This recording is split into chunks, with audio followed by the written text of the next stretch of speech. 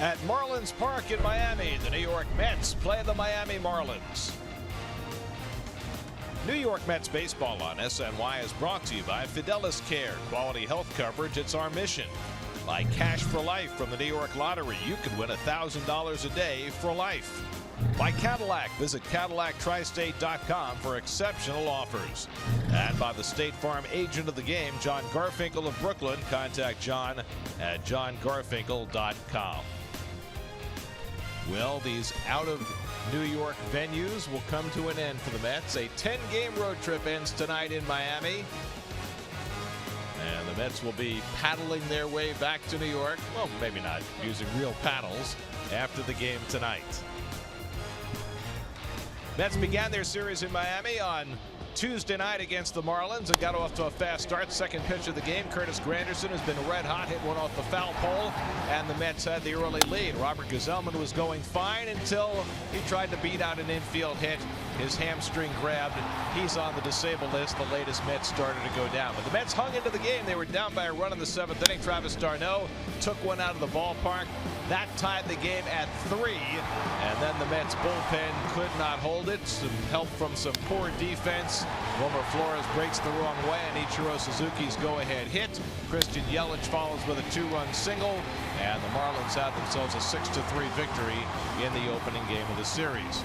Last night, the Mets got off to a fast start again. Granderson walked to lead off this time, and Asdrubal Cabrera went out of the ballpark. A 2-run homer to give the Mets the early lead against Jeff Locke and the Marlins. And this time, the Mets would not let it go.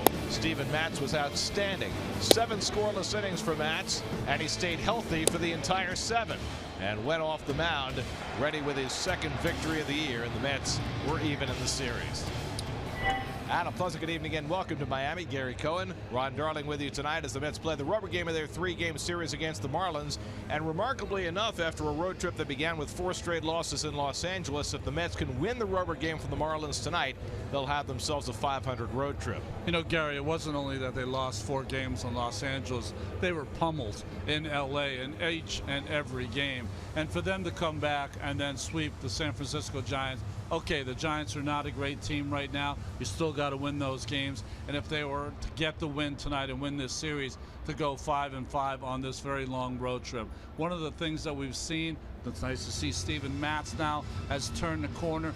3 of his 4 starts have been 7 innings. And Curtis Granderson, how can you get any hotter than he's been after a very slow start to the season? Curtis with 5 home runs in the last 7 games. Meanwhile, Seth Lugo goes to the mound for the Mets tonight. He got them their first win on this trip in San Francisco. Well, the thing about Seth Lugo, since he's come up with Steven Matz, he's been very impressive also, using all of his pitches. He's going to have to really work on keeping the right-hander Stanton and others, Justin Bour, inside the ballpark. Can't give up any home runs to this team. And maybe the most pleasant surprise for the Marlins rotation this year, Jose Urena, who came out of the bullpen in May and has done a terrific job with them as a starter. Well, that's a great graphic. His numbers against the Mets, but his ERA as a starter against the Mets is even better. So we've seen probably some of the best games Urena has ever thrown in the major leagues against this Met team. So the Mets will be heading home after the game tonight. They start a homestand against the Phillies tomorrow night at Citi Field. Trying to finish off on a high note in Miami. It's the Mets and Marlins. All the action coming your way on SNY.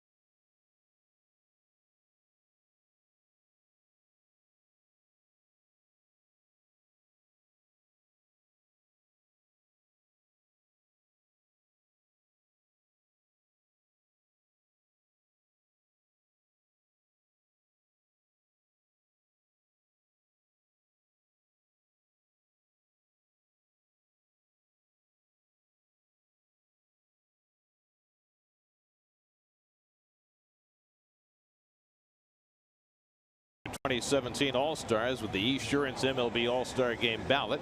Vote at Mets.com/vote and catch all the excitement of the 88th MLB All-Star Game presented by MasterCard July 11th live on Fox. Cold Hard Facts brought to you by Clean Crisp Coors Light. We were talking about the Mets road trip. Here's the difference. 4 games in L.A. Mets starters at an ERA of almost 11. The 5 games since, an ERA of under 3. Presto changeo. 0-4 becomes 4-1. Mets have gotten closer in the wild card because the Rockies have lost 8 in a row, and the Rockies begin a series in Arizona tomorrow night. So that's where the Mets are right now. Trying for a 500 road trip. Jose Urena and Seth Lugo, the starters. Urena's first pitch is coming right up from Miami.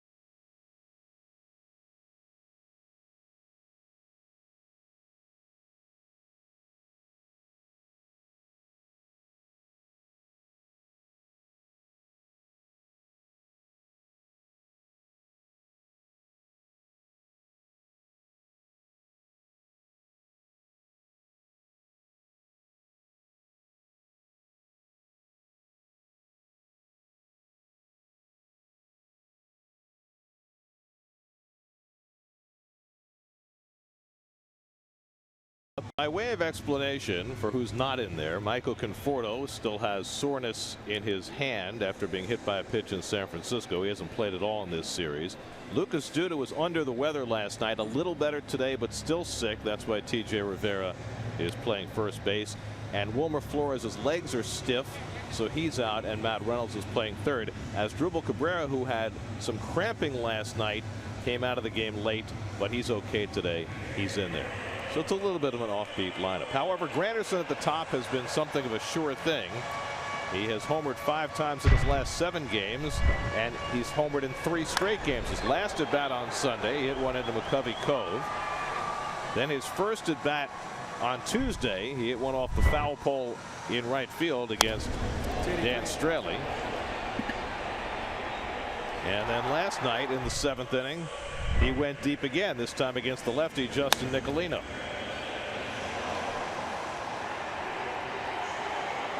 Granderson, since the 1st of May, has an OPS of over 1,000. April has just been a troubling month for him every year with the Mets. This is his 4th season. He's hit well under 200, but you see how his numbers have progressed each month over the course of his Mets career. At that rate, he'll be hitting 500 in September. Well, we told you about the numbers, Toyota numbers for Urania, but I was mentioning he's 2-2 as a starter against the Mets with an ERA of 2.74, but he's been really good lately. His last 3 starts, 18 innings, 11 hits, only 3 runs allowed, and 11 strikeouts. And defensively behind him, the Coors Light defense. Ichiro Suzuki in there today as Marcell Ozuna gets the night off. In the infield, really the big change is JT Riddle. Now that Echeverria is gone, Riddle has been very impressive with the bat, with his legs, and defensively. And the Oklahoman Real Muto behind the plate. You think Real Muto is a common name in Oklahoma? I've never heard the name before. Well, it's gotten a lot of raves here in Miami. Real Muto is turning into one of the stars in this league. Yeah, he's a good young player. Meanwhile, in Washington, the Cubs and the Nationals are wrapping up their 4-game series. The Nats have taken 2 of the first 3. The Nats took a 4-2 lead into the 9th. Blake Trinan came on to try and save it. Cubs got 3 in the top of the 9th. John Jay a 2-run double to put the Cubs in front 5-4 as they go to the bottom of the 9th. Curtis Granderson leads off. Jose Ureña's first pitch of the night is a fastball in for a strike, and we're underway. Curtis riding a 7-game hitting streak right now. 2 for 9 in this series. Both hits have been home runs. Now has 12 home runs for the year. And Ureña skips the slider in there, and it's a ball and a strike. Curtis, who was hitting under 200 for much of the first 6 weeks of the season, now up to 235 for the year. And as we mentioned, since the 1st of May, his OPS is over 1,000. His slugging percentage over 600. 2-1 to Curtis. So I don't know if it's the warm weather or what it is, but every year he seems to be lost. This year he seemed more lost than ever. His slump went deeper into May than it had in prior years, but he has turned it completely around again. You know, when you're 36 years old, they look at you differently than when you're 33 or 34. When you get off to that slow start and it continues, they think, well, maybe you're done. Clearly, Curtis is not yet done. 3-2. I think part of his age plays a part in how long it took him to get out of it, as opposed to his first couple of years with the Mets. And I think his positive attitude is the reason why he's able to come out of it all the time. It certainly does have an even demeanor. 3-2 coming. That's smack to the gap in left center field. A base hit for Granderson. Yelich will cut it off deep, but Granderson will easily get to second base with a leadoff double. So the Mets, who have scored in the first inning in 6 of their last 7 games, get a runner into scoring position right off the bat again. And coast to coast now for Granderson. We showed all those home runs to the pull side. This sinking fastball away, he just goes with it. Great power to get it in the gap, and of course speedy enough to turn it into a double. Short stroke he has right now, and not swinging at a lot of bad pitches. 17th double of the year for Granderson. So the Mets already have as many hits as they had against Ureña in his first start against them this year. He came out of the bullpen to make his first start of the season against the Mets in early May, allowed just 1 hit in 6 innings. Here's Cabrera, who homered in the first inning last night, and he goes after a first pitch breaking ball, 0-1. Cabrera, 5 games off the disabled list, 10 for 21. That's a 476 clip. Homered from the right side last night. Riddle playing right behind Granderson as he takes his leadoff second. And it's low and into Cabrera, 1-1. By the way, speaking of age and people thinking you're done, Bartolo Colon today designated for assignment by the Braves. I thought you were looking at me. No. And of course, the first question that comes to mind is, are the Mets interested in a reunion? Breaking ball bounced foul. I think it would be crazy if they didn't think about it, mull it over. Now, certainly, I mean, no one in baseball has been hit harder than Bartolo has. ERA well over 8. But he might be the right kind of infusion into the clubhouse, and the Mets might be the right infusion for him to turn it around? It's a very interesting question. If he clears waivers and he's released and they're only responsible for the minimum salary, it would be silly not to try. I mean, even if it were just to give him a start or two to see whether maybe a change of scenery would help. Certainly his 3 years in a Mets uniform were terrific, and he fell off the cliff this year, but part of that you have to think is pitching in that very hitter friendly new ballpark in Atlanta. Agreed. 1-2 to Cabrera with Cespedes on deck. And he smacks one to right, but Stanton right there to grab it. Granderson tagging at second, trying for third. Stanton's throw is offline, and Granderson arrives safely. Strong arm from Stanton, but not on target. And on the hard hit liner by Cabrera, Granderson moves to third with one out. Oh, I love these kind of at bats. Hit hard by Cabrera, but great base running by Granderson to get to third base. You know, on a line drive, you got to freeze. He realizes Stanton's going to catch it, and it's the chance you got to take right there. Stanton's got a great arm, and if it's on line, it's going to be a close play. But you got to push the envelope. Good play by Curtis. So that's the first out of the night, and now an RBI opportunity for Cespedes, whose bat has cooled down, just 1 for 9 in this series. The infield will play back. They'll concede a run on a ground ball.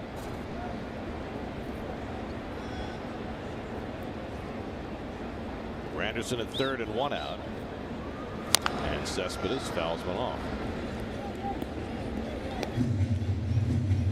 Last night was one of the few games that Cespedes looked lost that I can remember in a Mets uniform. Well, 1 for 5 last night. His only hit, he grounded one through the open right side of the infield. This at bat, they are not playing the overshift quite as severely as they did last night.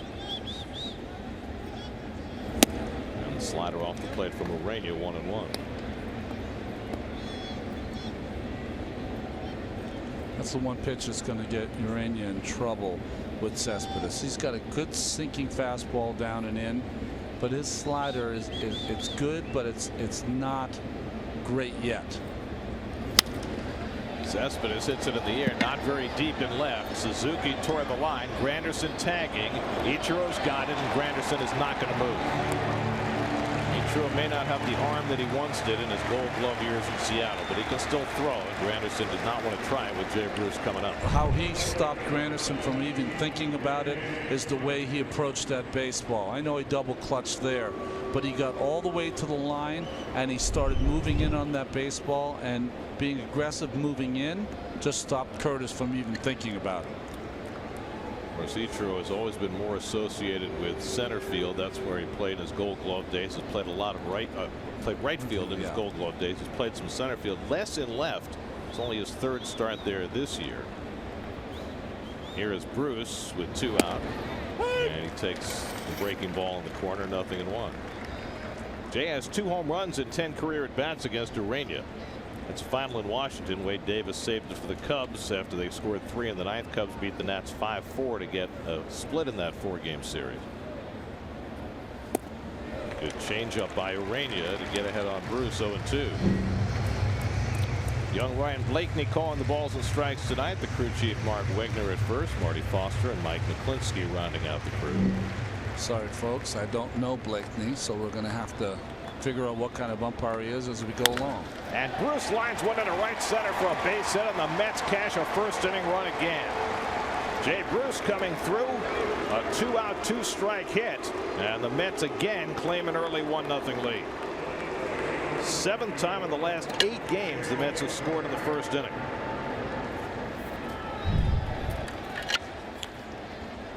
They're trying to pitch him up and in. The ball ends up square right in the middle. Urania has a running fastball that'll work away from the left-handers. That worked right down the middle. 53rd run batted in for Bruce. That leads the team. Now TJ Rivera hitting 5th in the order tonight and playing first base. TJ's 0 for 5 in this series. Lucas Duda was not even available to pinch hit last night. He was feeling so ill. Somewhat better today, but still not good to go. Might be available to pinch hit later.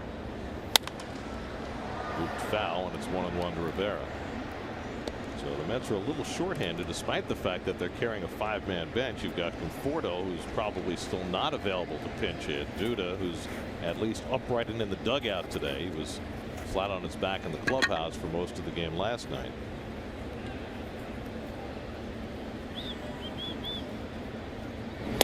Didn't matter as much last night with the lefty starting.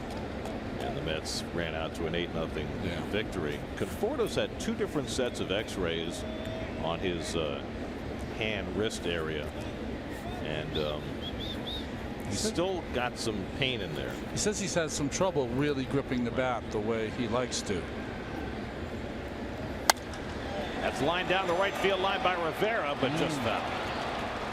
Bruce was on the move, sprinting around second. He'll come on back. Well, this happened Sunday in San Francisco. Conforto hit on that left outside of the hand wrist area. And you always worry about the hamate bone because that's the one that hitters typically break. He looked like he caught it in a more fleshy part, but still that causes in that area a tremendous bone bruise, and I think that's what he's got. Right. But I also know, and doctors will tell you this, with hands sometimes x-rays miss things. That's lined to the gap in left center field by Rivera. Bruce is on the move again. He's on his way to third as it goes to the wall. Bruce will be waved home, and he will score without a throw. TJ Rivera with an RBI double. Another 2-out hit behind in the count. Bruce exhausted. Mets lead 2-0.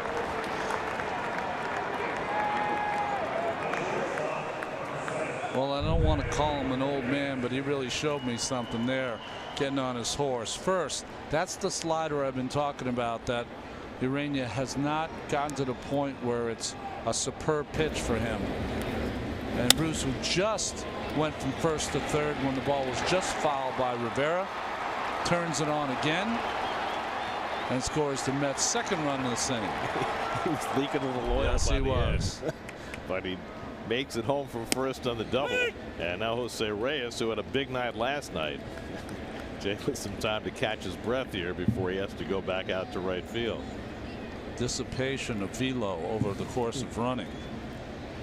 Reyes last night 3 hits, including a double, drove in a run, made a fine defensive play as well. Moved into second place on the Mets all-time hit list, passing by Ed Kranepool, and raised his batting average over 200, where it has rarely been this year. And again, Urania gets ahead in the count. He's had 2 strikes on the last 2 hitters and given up run-scoring hits. And this one's hit to center field, but right at Yelich. And that retires the side. But the Mets cash a couple of early runs. RBIs for Bruce and Rivera. And Lugo takes them out with a 2-0 lead.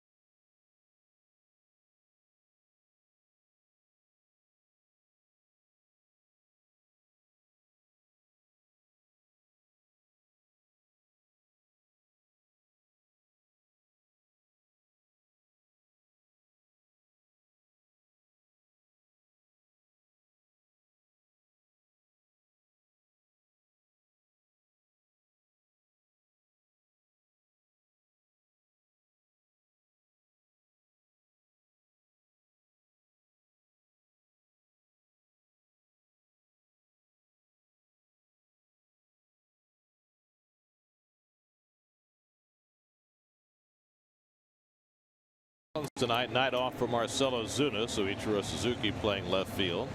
Otherwise, the usual bunch for the Marlins tonight against Seth Lugo, making his 4th start since coming off elbow problems.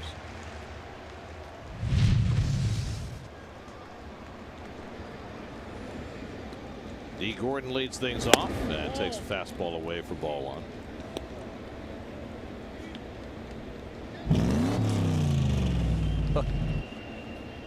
Sorry, always laugh at the sound of the Land Rover numbers. More hits than innings pitched so far for Seth Lugo.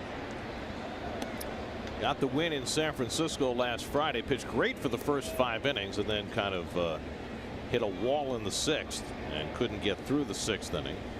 Wound up getting tagged for 4 runs and 7 hits, but he had a huge lead by then. One attempt by Gordon, a foul ball, and it's 1-2. But you know, going into this game, 20 games, 11 of them starts. 7-3 is his record as a New York Met.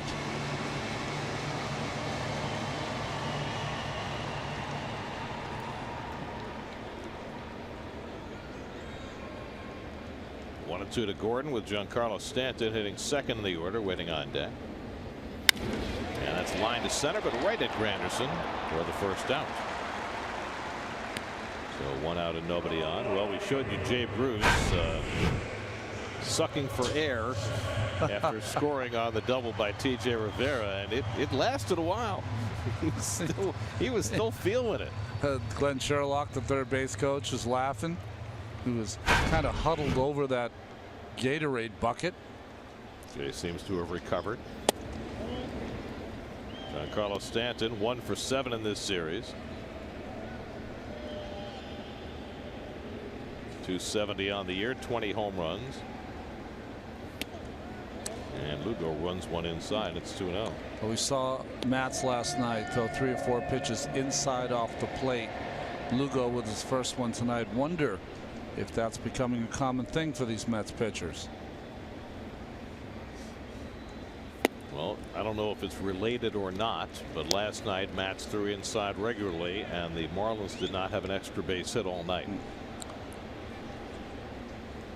They correlate. 7 singles was all for the Miami offense. There's a strike, 3-1. They correlate, and they always will.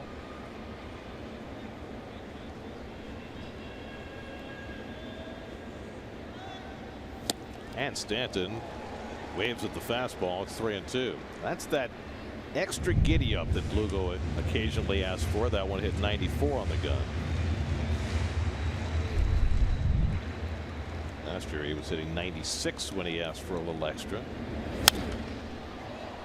Is that a cutter that he's throwing? It's a little cutter. It's interesting that Stanton right now is looking for the ball kind of middle of the plate in. That ball away, that swing is not good. 3-2 again, and he struck him out. So Lugo comes back from 3-0 to strike out Stanton for the second out. I mean, this is a swing we usually don't see from Mike Stanton. His back foot's moving, his front foot's moving, all at the same time while he's trying to take a swing.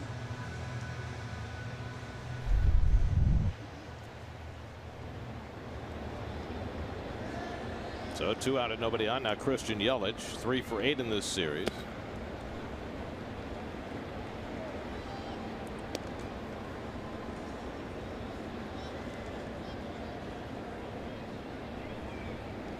Yelich hit a home run against Lugo last year. Lugo made 2 starts against the Marlins last season, beat him in both. There's a strike, 1-1. You know, Lugo lost his first big league start last year in San Francisco. He has made 5 road starts since and won them all, including his last start in San Francisco. 2-1 to Yelich. He's the first Mets pitcher to win 5 straight road starts since R.A. Dickey did it in 2012. And the record for a Met pitcher winning consecutive road starts is 6. Seaver and Kuzman both have that record, and Lugo could tie it tonight.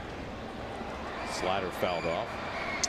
Defensively behind Lugo for the Mets, Alexis defense. Cespedes and left, Granderson and Bruce. Saw Granderson with that good catch first. Reynolds Playing third base, as you said, Gary. T.J. Rivera at first for Duda. Reyes and Cabrera up the middle. They were outstanding last night. And Darno on the bench. Rivera behind the plate.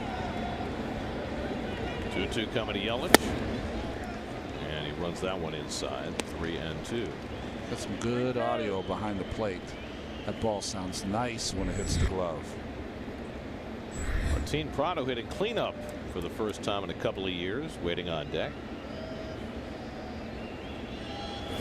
And Yelich bounces one to the right side. Cabrera, though, can't get over to grab it. And Yelich is safe at first. Looked like a playable ground ball coming off the bat.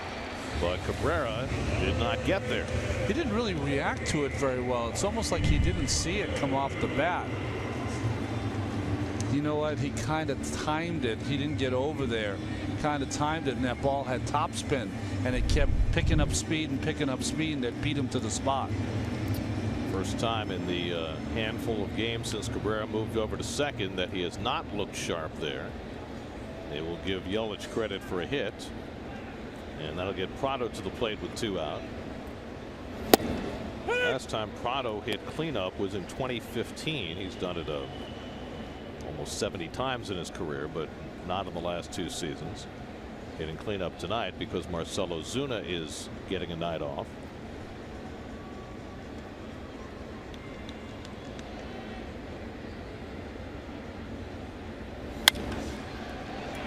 Reyes fields the grounder, gets the force, and that gets Lugo through the opening inning. A hit and 1 left after 1. 2-0 New York.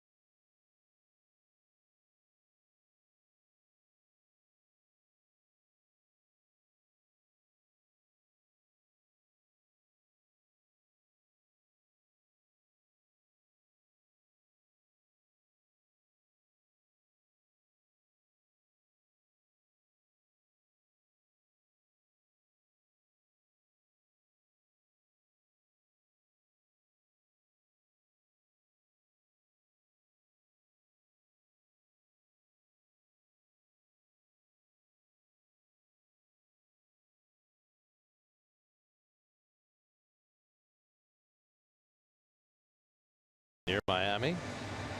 Mets will say goodbye to Miami after tonight. Come back in September for their final visit of the season.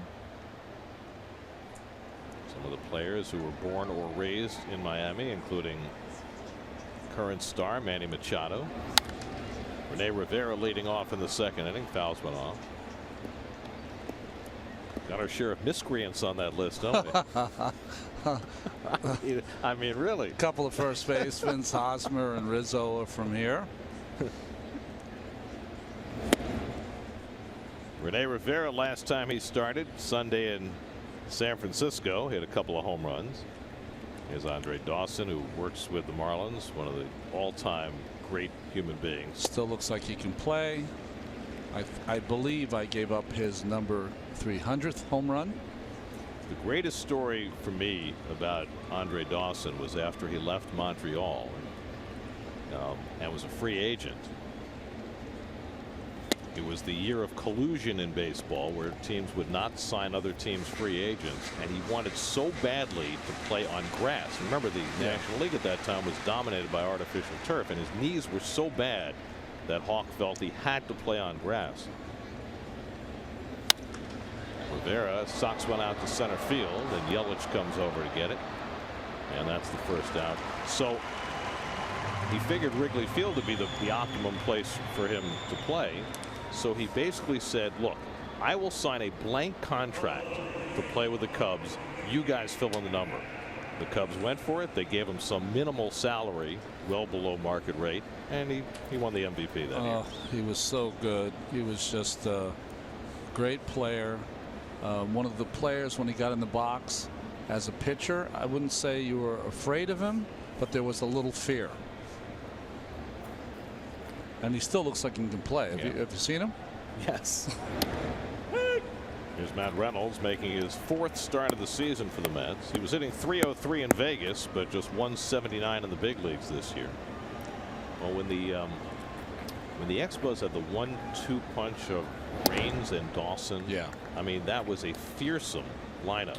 And I know they had lots of other pieces too, including Tim Wallach, who's Gary here. Carter, and Tim Wallach, Ellis Valentine, and all those guys.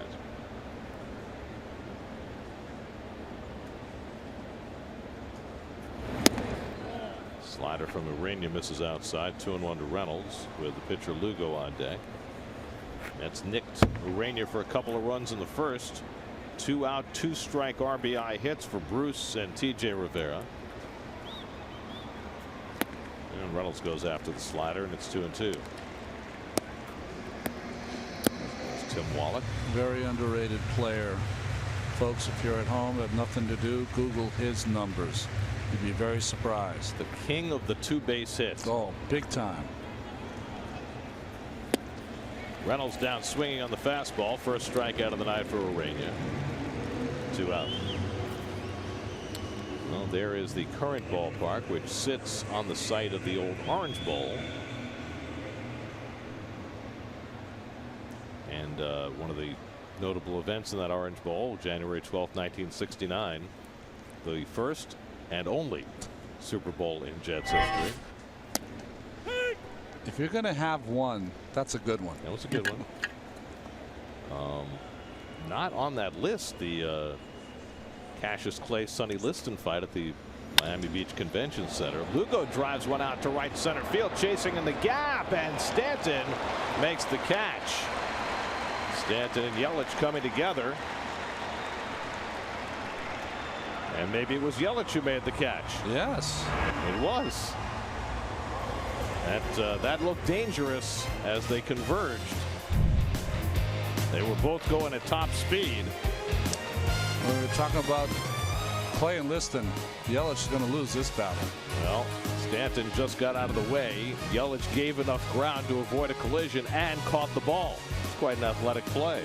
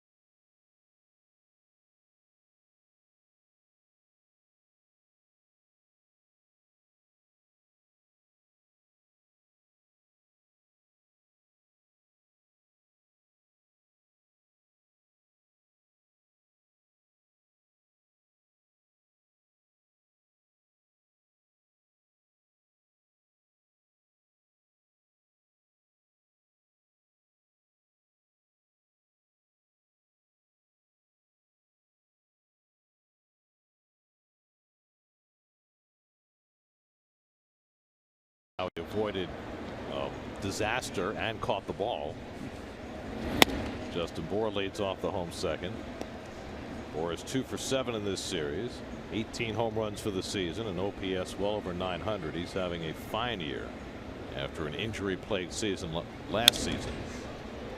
Ball and a strike. It'll be Bour, then JT Realmuto and Ichiro Suzuki for the Marlins in the second against Seth Lugo.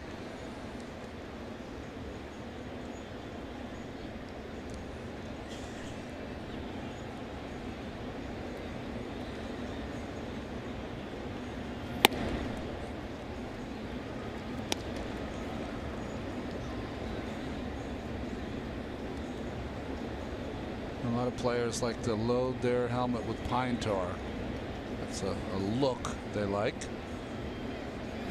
So you're saying it's not an accident. It's not that they put their hands on the pine tar and then touch the helmet and it gets all gunky and it's residue. You're saying that's a goal. Yeah. Is to get the helmet all gunked up. They want it to look all, nasty. You know how some pitchers like to have their hats all year and it looks nasty and all the salt stains. That's the equivalent for the hitters. Curveball from Lugo in there for a call, strike 3. He backdoored that curve to get Bour for his second strikeout. High spin rate will get you every time. Yeah, Blakely, that the umpire is not giving him that fastball up and away, but he is giving him that curveball away.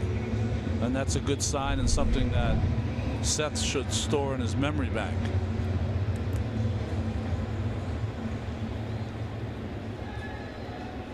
So 1 out and nobody on. Now Realmuto sat last night, 0 for 3 in this series. And he flies one out to right center, hit pretty deep. Back goes Bruce deep in the gap and he runs it down. Nice play by Bruce going away. Another sprint for Jay. They need to give him an oxygen mask before this game is over. We saw him come to the line and make a great catch in this series, and now in the gap. And once he got there, a little basket catch made it look easy. Well, he saw Yelich's grab. He figured if Yelich could do it, why couldn't he? Not fast, the foot, but just a baseball player. Knows how to take the right angles. I'll tell you the other thing about Jay as Ichiro Suzuki stands in. When he came to the Mets last year, he looked like he had lost something defensively. And I don't know whether it was a change of scenery or what it was, but he is a much better defensive player this year. I think he was just deer in the headlights, Gary, for a month and a half. And he's just being Jay Bruce, the kid who came up and knows how to play the game. He's just like a natural. He was, right? He came up at the age of 20 with the Reds, and he was considered the savior of that franchise at that time. To give folks an idea, when he came up to Cincinnati, people thought of him the same way they thought of Bryce Harper when he came up.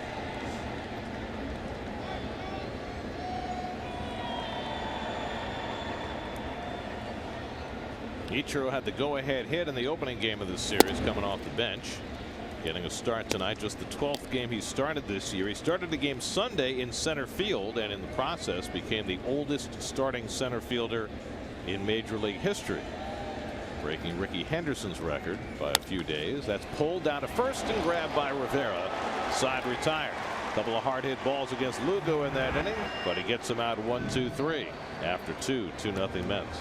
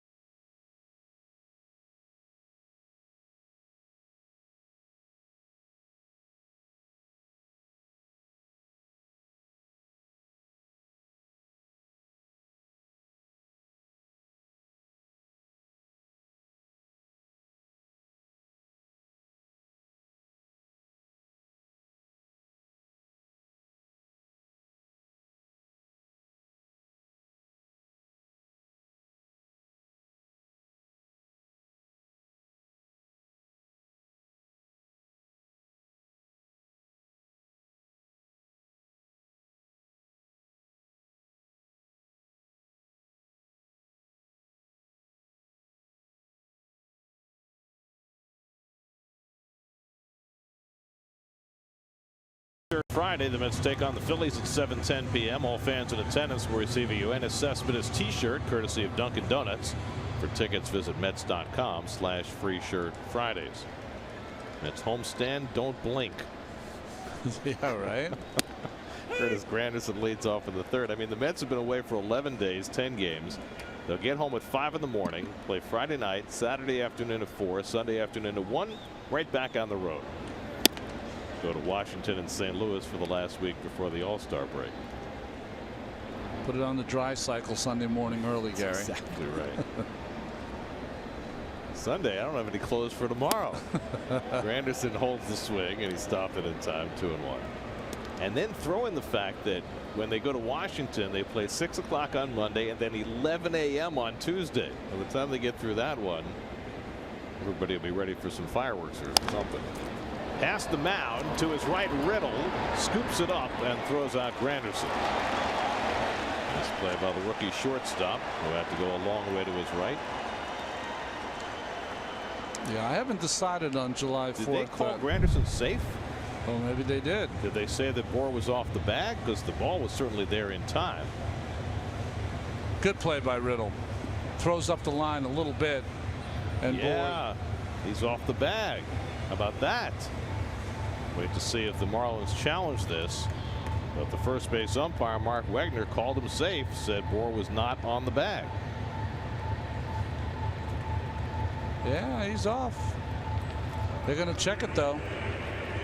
Well, so the Marlins are going to challenge. Certainly does not look like a call that will go their way. And yet Don Mattingly using the challenge early in the game to try and keep the leadoff man off base in the third. Did he get back? No, it doesn't look like he did. It's hard for me on that angle because of the, there's the spike on the shoe. Right. That is hard to see how long that is and if it's just scraping the bag.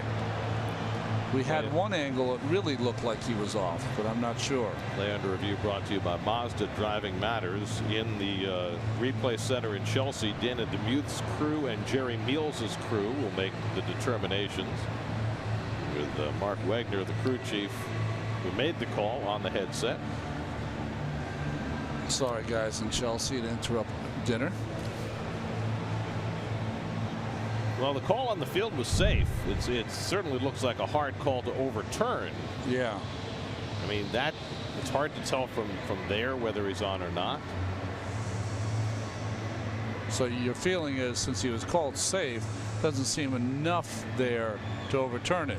See how his foot jumped? Yeah, the question is, when did the ball hit the glove? I know. Did the ball hit the glove when he was still on, or did the ball hit the glove when he had already come off? And you see the ball had not yet hit the glove and he's already off. Yeah. So I think this is going to go the Mets' way. He did not appear to get back on before Granderson crossed the bag. Tip of the cap to Mr. Wegner. That's a good call. Now, whether it stands up, I'm not in charge of that. By the way, those are some great replay shots we just had. That's great. Just to give you the sense of when his foot came off and where the ball was when it did. How about the dude in charge there with the beard? Gotta like that.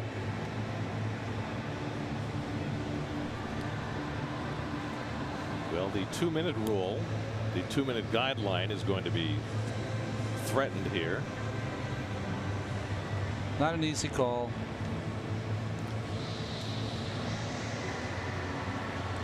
All the players end up watching it in between innings. It's on the board, and when blown up on the board, it looks like he was off the bag. Well, every team has their own replay coordinator, and that's who is on the phone to the dugout to tell them whether to challenge or not. But it's also up to a manager to decide whether to use a challenge this early in the game for that kind of a play, or whether to keep it in his pocket. I mean, your replay coordinator should be telling you it's cut and dried, or it's really close, or so. In this case, Mattingly decided to challenge a call that appears to be, at best, a really close call.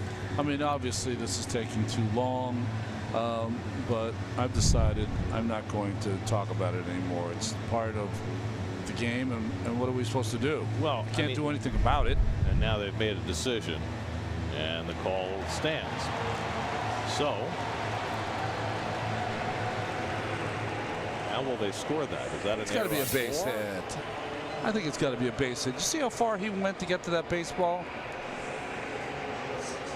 I mean, I know that there's the rule, right? There's a separation of the play and the throw. I don't know if there's anyone. There's like 3 shortstops that can get to that baseball, Riddles being one of them. Well, I have not heard a scoring decision yet. We'll wait. As Dribble Cabrera lined out to right field his first time up. And he goes after a first pitch breaking ball, 0-1. There is nothing on the board yet, hit or error. And now they're saying error on the shortstop, although there still is no error up on the board. Now it goes up.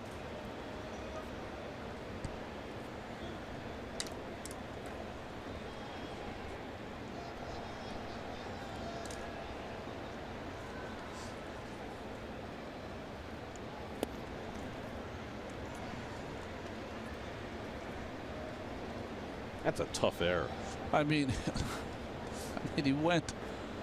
They have him in the shift. He's got to go all the way on the other side of second base, then throw across his body 100 feet.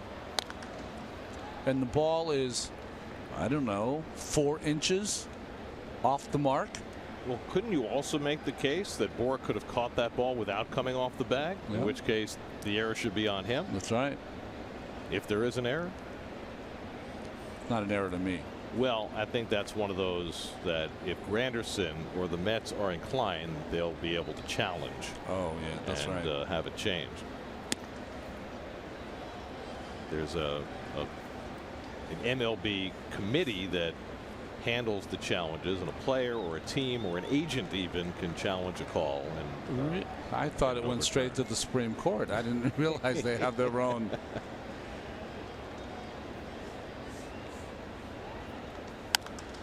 Lifted to left, and Ichiro's right there. And Cabrera retired 1 out. You know, sometimes though those challenges run into some teammate issues, right? Because if you're the shortstop and you want to challenge the call, get it changed to a hit, it might cost your pitcher earned runs.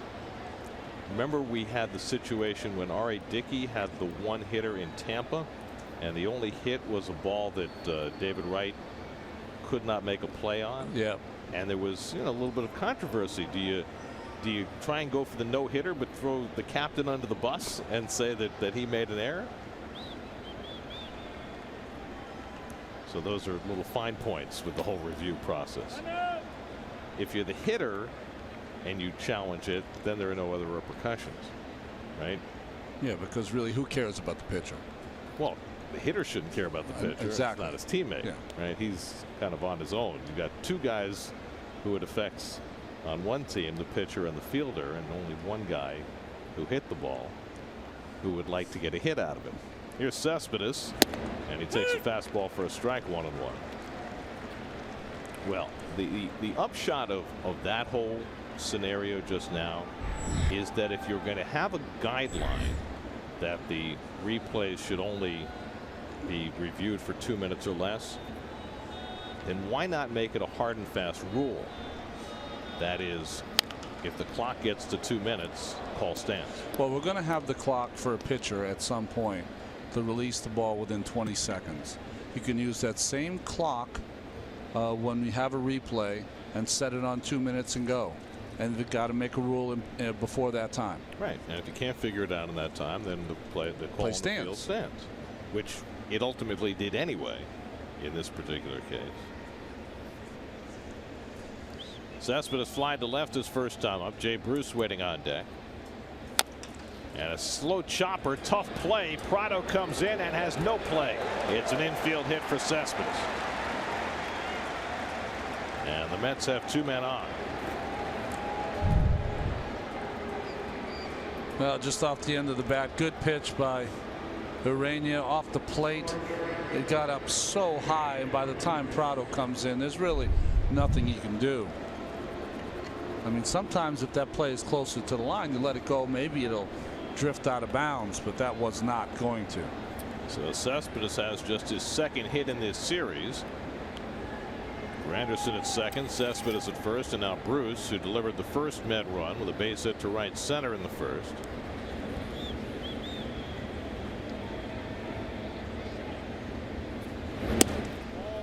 Jay takes the changeup outside, ball one.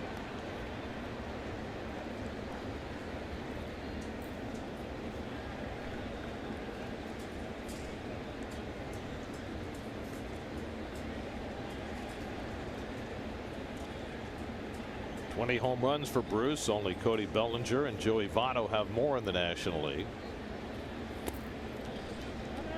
Another changeup from Urania, and 2-0.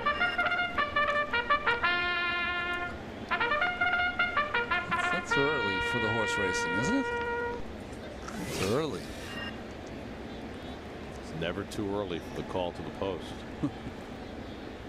Can't wait till we play that 11:05 next Tuesday. AM. So I was saying before we had the replay that took 14 minutes is that we have got some options on July 4th. I have some friends that want to take us to dinner, but I have not conceded. We could maybe take a boat trip and see the fireworks, or this is a huge one. Golfed in the air, shallow left, and that ball's going to fall for a base hit.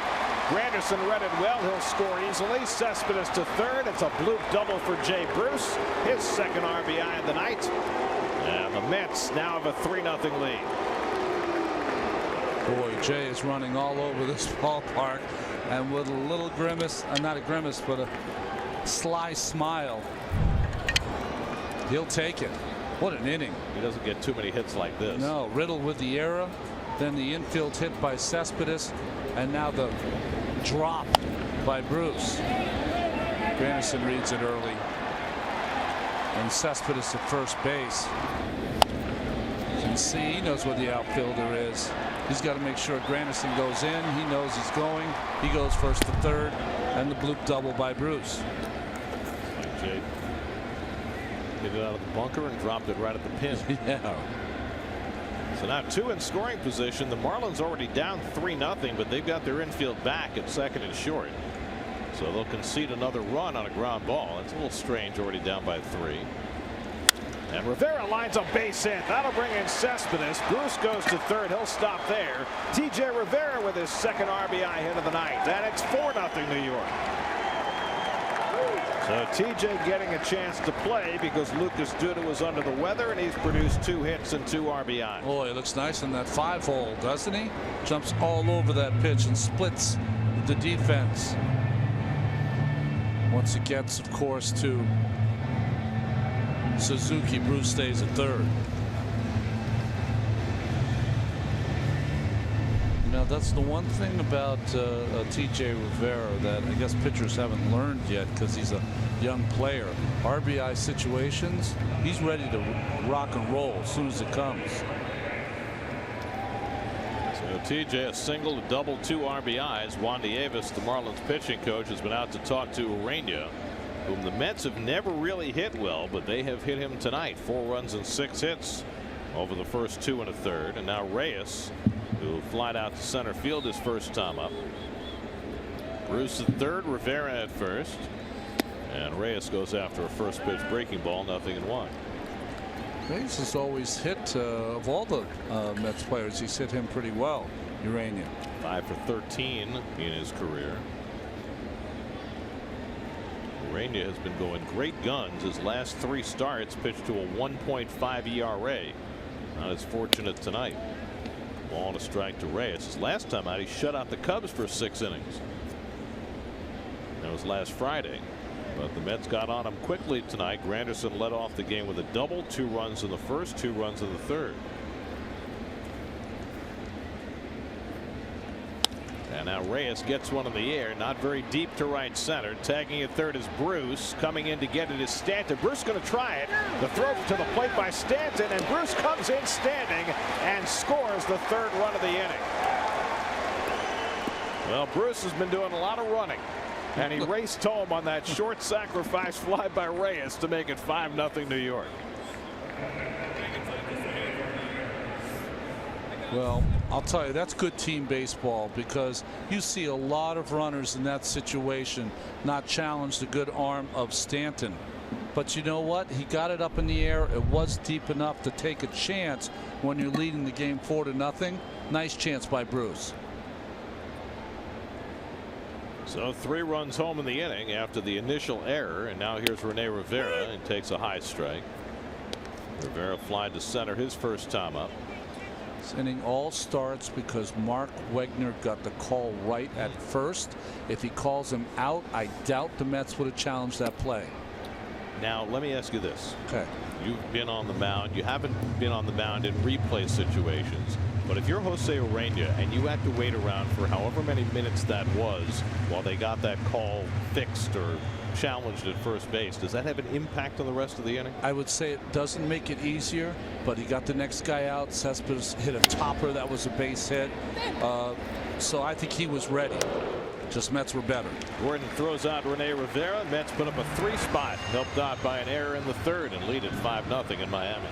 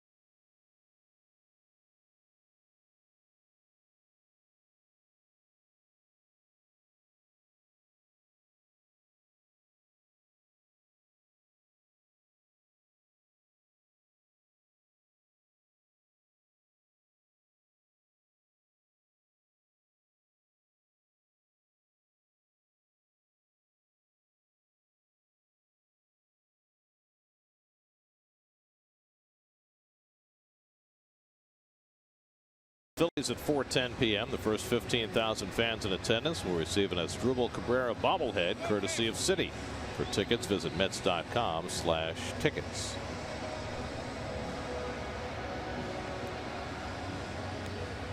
We go to the bottom of the 3rd in Miami. Mets have been hitting the last 2 nights, scored 8 runs last night, 5 runs in the first 3 innings tonight. Seth Lugo, thus fortified, takes on 8, 9, and 1 in the Marlins batting order.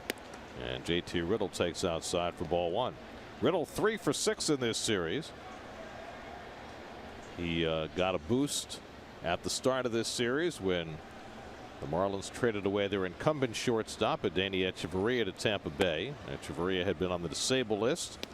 As he was ready to be activated, they dealt him away to give Riddle free reign at the job. All he's got to do now is be great. Or real good, at least. Well, we've already seen that he can be really good defensively. Yeah. We got to be witness to his first great offensive moment in his career when he hit that walk-off home run back in April. But his overall offensive numbers have been so-so so far, although he's looked awfully good in this series.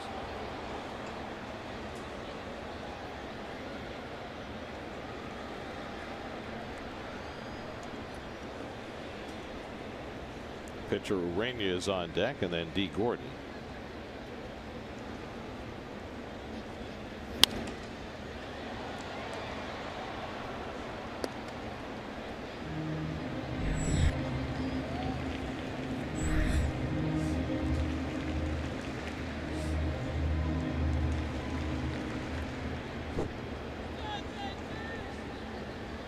2-2. And Riddle grounds one toward the middle. Cabrera on the back end. Time to set and throw. And gets the first out of the inning. Cabrera a little quicker to react to that ball. Number 1 to his left earlier in the game. They got through for Yelich.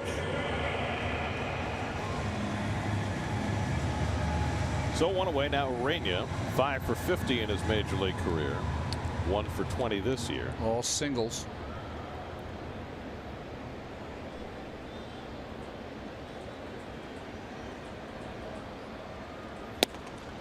When I see Urania, he's got a little bit of the Terrence Trent D'Arby doppelganger. Do you know who that is? Terrence Trent D'Arby, singer in the 80s.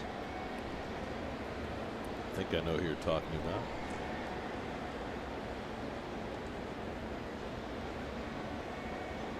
Wishing well. Oh, that's him, huh? Yeah. Okay. I just noticed his Joe Morgan elbow at the plate. Did you notice that? False hustle. Got the little flap going on? That's false hustle. Come on, he's got it a little bit. 2-2. Joe always used to do that, flapping that elbow to tell him to keep his elbow up. Worked for him.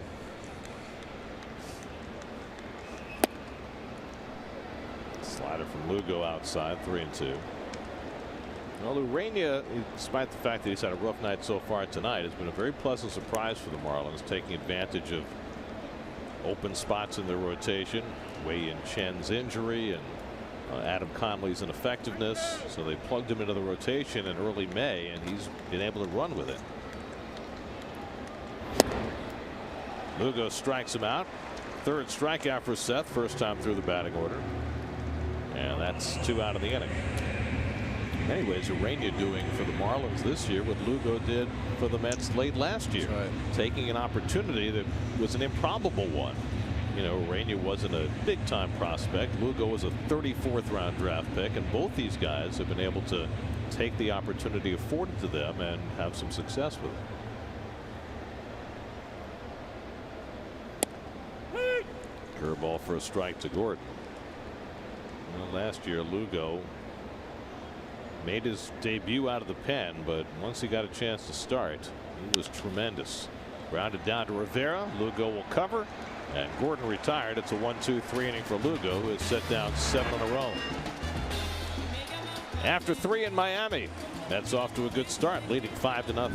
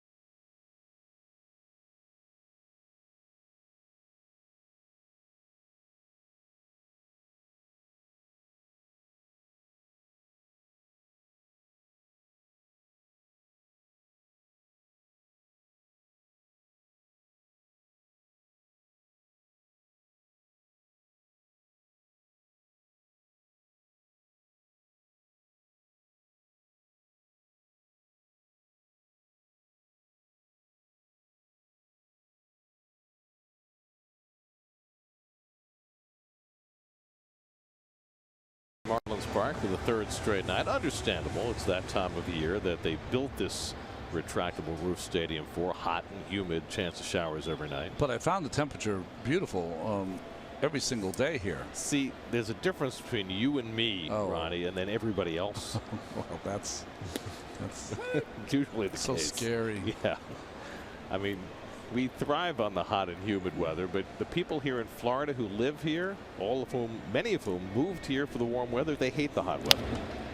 Matt Reynolds pops one up near the plate, and Real Muto sheds the mask and puts it away, 1 out. I mean, it's hilarious to me. I mean, you know, this is a fairly transient area. You got a lot of people who've moved here from other places, and most of them moved south because it's warm here. Get out of the cold weather. And they hate being outside when it's hot, and they turn the air conditioner to like 60 degrees because they want to freeze. I just don't get it. Here's Lugo, who hit the fly ball to right center that nearly caused a collision between Yelich and Stanton, and Yelich made a nice play to retire him.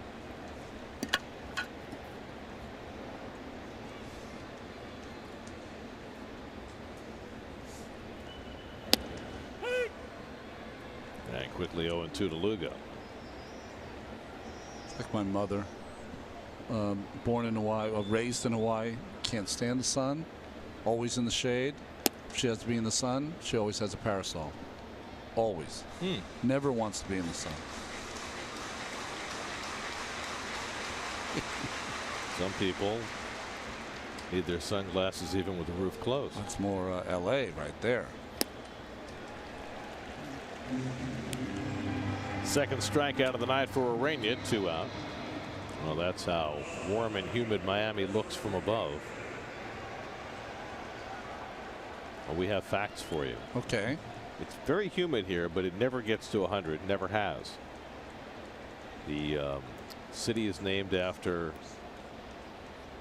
big water, which makes sense. There's a lot of water here. Sunblock was invented in Miami Beach.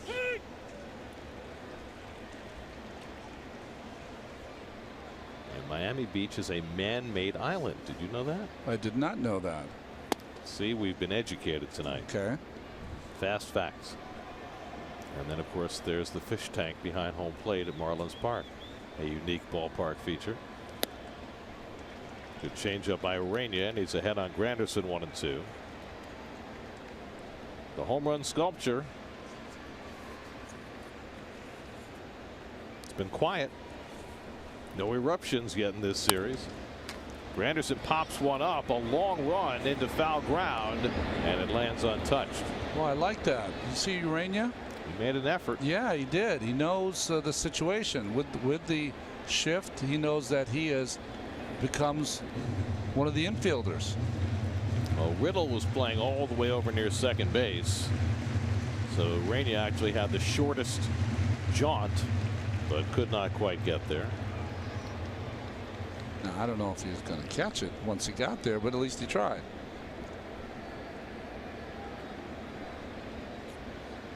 Pitcher's job is to hunt for outs any way he can get them. Honestly, this would be the only fun I've have out of the shift if I was a pitcher now. I would really love this. You catch a lot of pop-ups. I would. Curtis pops this one up, but this is playable for Ichiro in shallow left, and it's a 1-2-3 inning for Urania. Still 5-0 Mets in the fourth.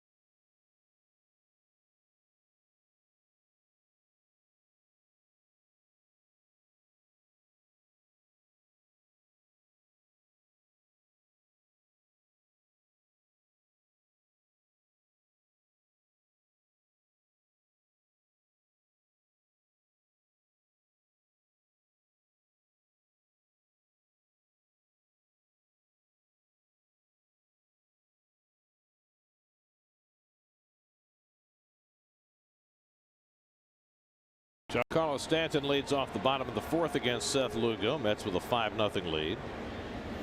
Stanton struck out his first time up after Lugo fell behind him 3-0.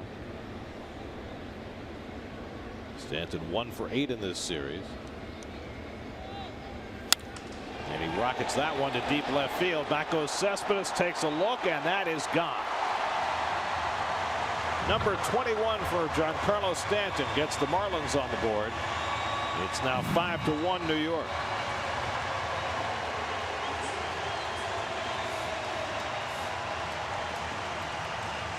And for Stanton, his 32nd career home run against the Mets in his 102nd game against the Mets. Well, it just wouldn't be a Marlins-Mets series without Stanton at some point going deep. Fastball away, and then it looks like a cutter to me. He tried to go in that outside corner. It just drifted over the middle part of the plate, and another line drive. Met pitchers had thrown 13 consecutive scoreless innings. Stanton breaks that with the home run. I mean, looked very bad in his first at bat. That's the Stanton we know.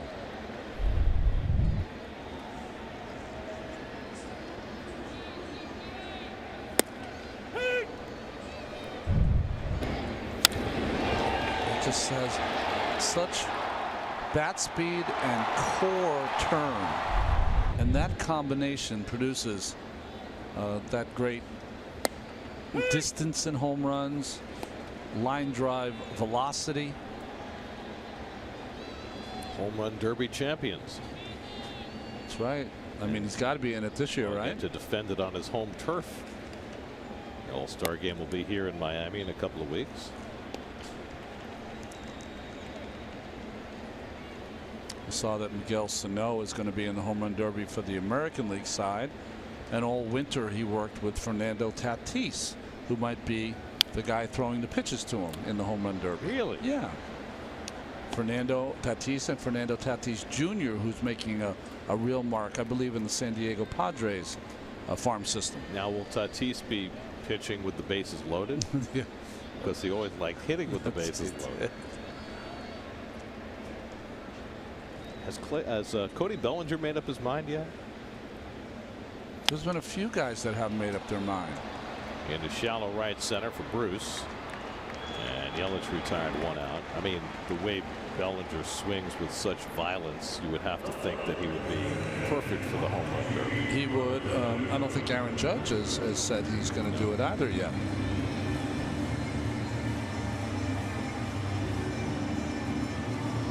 Is it weird if a guy, and this doesn't account for any of the guys we're talking about, if a guy is not an all-star to participate in the home run derby? No, because it's yeah, I mean, who cares? You just want the guys that are the biggest, baddest guys that can hit the ball the farthest. I always thought that one of the things they should do for the home run hitting contest is get a couple of amateur people out there that can really hit a baseball and let them participate. I mean, you're throwing the ball 50 miles an hour. Well, I mean, you and I have watched the great softball hitters. That's right. Hit balls into the third deck at Citi Field. I mean, if they can hit softballs, they can probably hit batting practice fastballs, right? Be fun to see an amateur compete against the pros. That would put some pressure on them. Yeah, you don't want to embarrass anybody. 2-1 to Prado, who into a fielder's choice his first time up.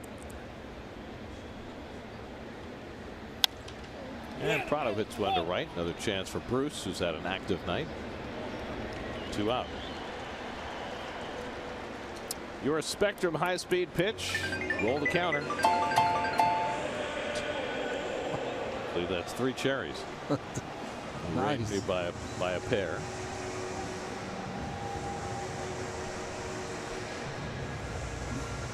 Well, after the home run by Stanton, Lugo's retired the next 2. And now Justin Bour, who struck out his first time up.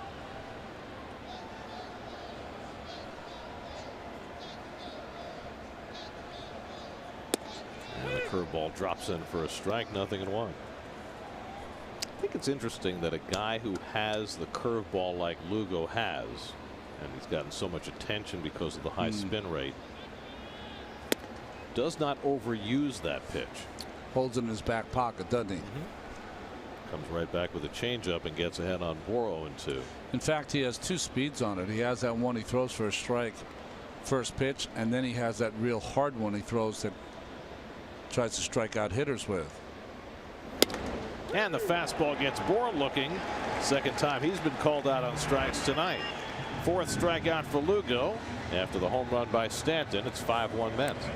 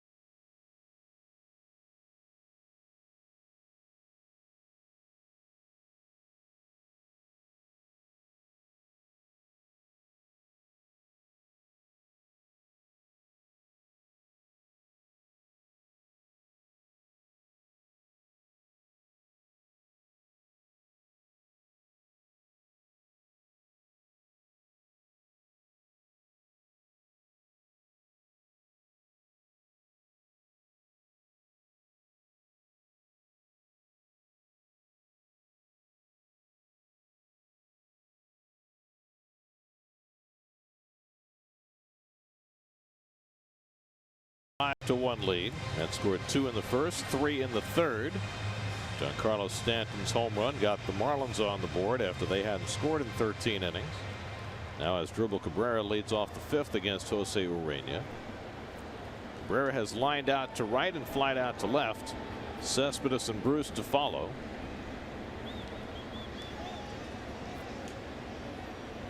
And Cabrera takes a strike, 0-1. We told you earlier that the Nationals blew a 2-run lead in the ninth. The Cubs beat them 5-4.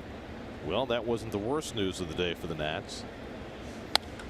That's pulled down the right field line and foul.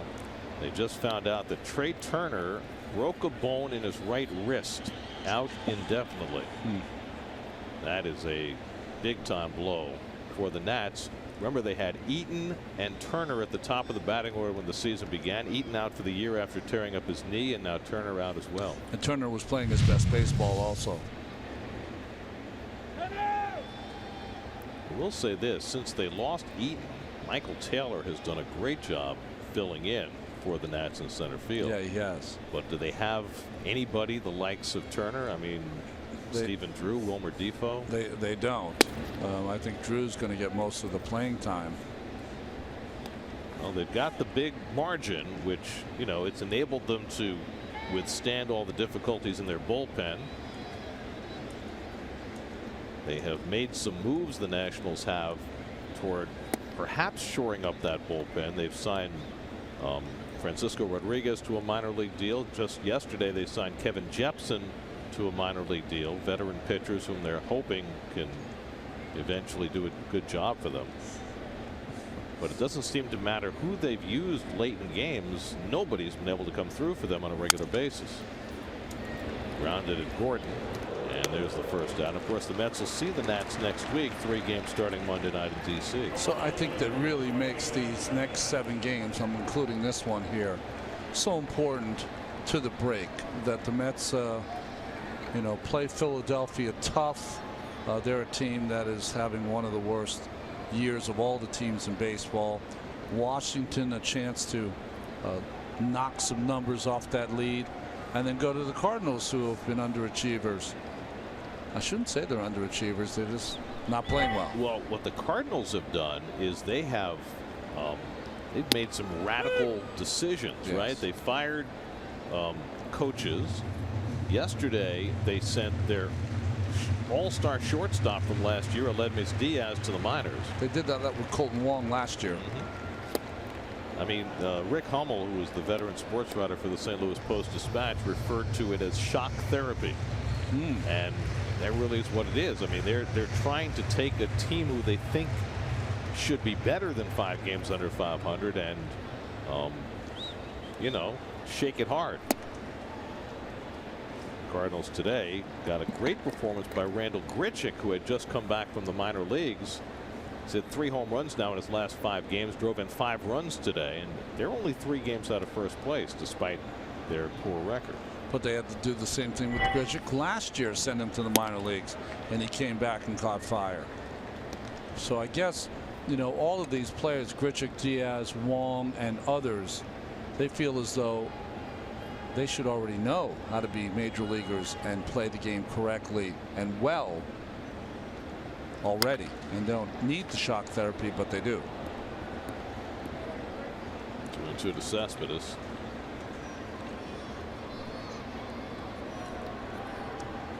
It is interesting, though, the way different organizations handle underachieving, right? Some organizations are more likely to say, we're going to stay the course, we've got good players, they'll figure it out. Whereas other organizations, you know, try and send a little message or shake something up and see what might happen by doing that. Well, St. Louis is a huge baseball town, and that's the #1 thing that people talk about in that town. So maybe there's more pressure in that town than others. A lot of pressure in New York, too. But there's alternative things to do. I understand what you're saying. Whereas everybody in St. Louis is a baseball fan, not everybody in New York is a baseball fan. But there are still more baseball fans in New York than there are in St. Louis because there are so many more people. When I pack for St. Louis, I make sure that I don't have anything red, because you'll just blend in with everyone else. 8th pitch of the at-bat coming to Cespedes, and he hooks one into left center. Over comes Ichiro, and he gets there for the second out. So Ureña's starting to settle in. He's retired 7 in a row after giving up 5 runs in the first 3 innings of the game. And now Jay Bruce has had himself quite a night, running around the bases, running in the outfield. He had a base hit to drive in the first Met run. He had a bloop double to left to drive in the fourth Met run. So he has been very active tonight. He might sleep on the plane ride home.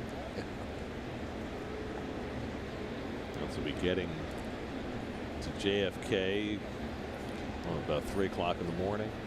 By the time they get to bed, it'll probably be 4:30, 5 o'clock in the morning. Sleeping on the plane, advisable.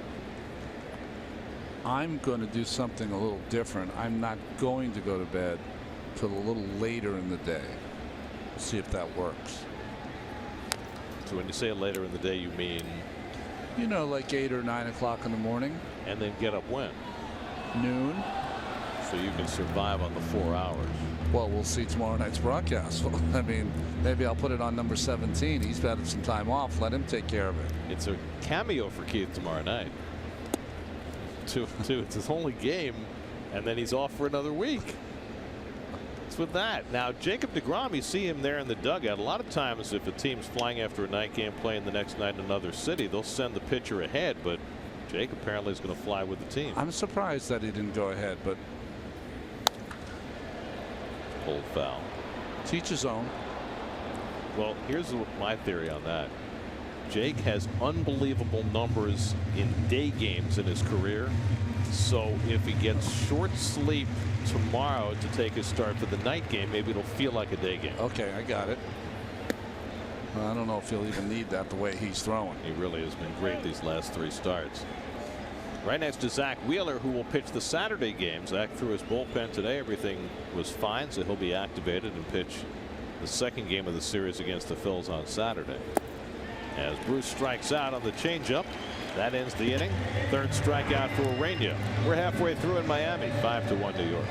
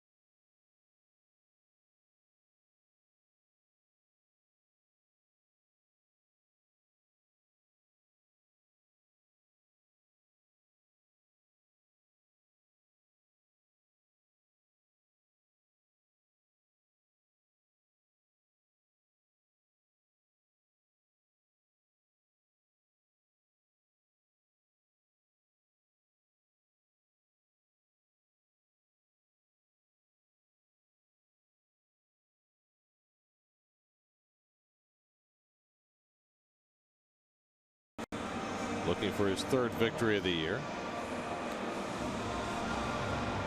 He has asked the grounds crew to come out and do a little work on the mound, filling in that hole in front of the rubber while he warms up for the bottom of the fifth inning. Let's take a look at Seth Lugo and his signature pitch. That's my unfortunate fastball. Whenever I try to gear up on him, that's the grip I use. If I want it to be a little straighter, maybe even cut a little, I'll switch over to this lace. Okay. Reason being the horseshoe right there. It's taller on this side, so this side will cause it to cut a little bit. This side will make it stay true or run. Okay. And then my sinker, that's just my average one. If I try to get a little more movement, I'll angle it a little bit and try to stay inside the pitch. And I'll give it more left to right movement rather than sink. Well, with the fastball, really once I started using these balls, minor league balls have higher seams and you won't get as much movement if you play around with it. And then with how tight they roll it, or I don't know the term, how tight they make the seams. Some balls are different. Some balls will have higher seams and lower seams. And I also play around. You'll see me when I'm pitching, I'm looking at the ball constantly, seeing which seam is a little higher, and you can use that to get a little more wind resistance, get a little sink and a little more run. I like that. It's interesting that he talked about the minor league baseball. The minor league baseball now, I've been able to hold one once. It's like the Major League Baseball used to be when I played 30 years ago. So the seams are much higher.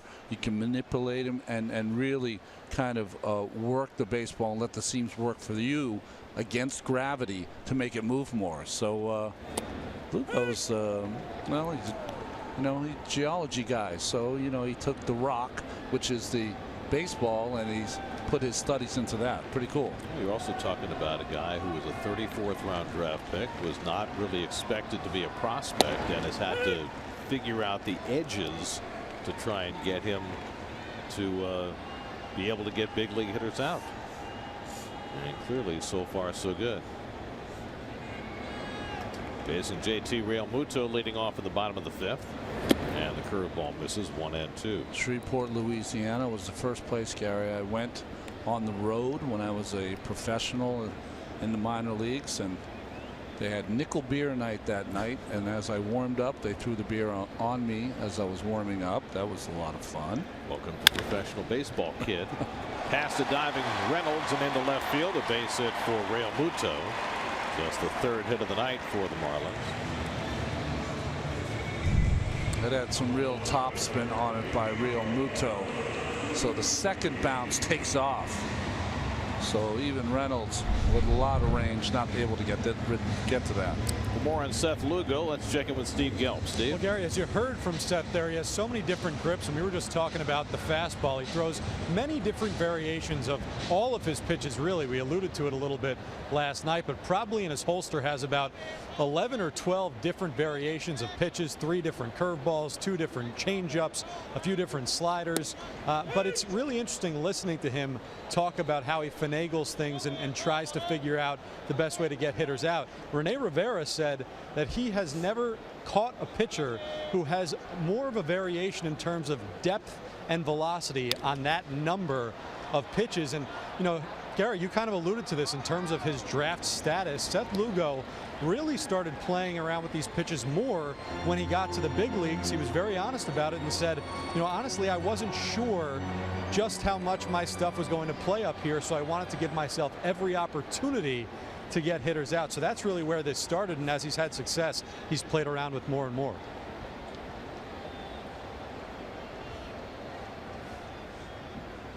He's at 0-2 on Ichiro. Slap to the right side. Cabrera with the tag and the toss. And he got the out on Real Muto, but Ichiro able to beat the play at first.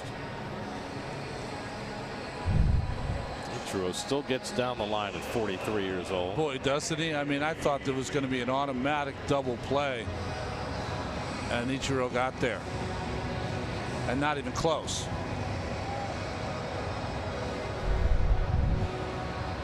He is in phenomenal shape. Yes, he is. I mean, he's closer to 44 than his 43rd birthday, and he might have been the fastest player in the game when he first came over here in 2001, his MVP season, his Rookie of the Year season with Seattle. And now 16 years later, he's still one of the faster players around, which is just amazing. And for all the people that go to gyms now, you see them all the time, the rollers, the foam rollers that you use to stretch out your body. Ichiro brought it into the Seattle clubhouse, and he will literally go through before a game about an hour workout on that, stretching his muscles.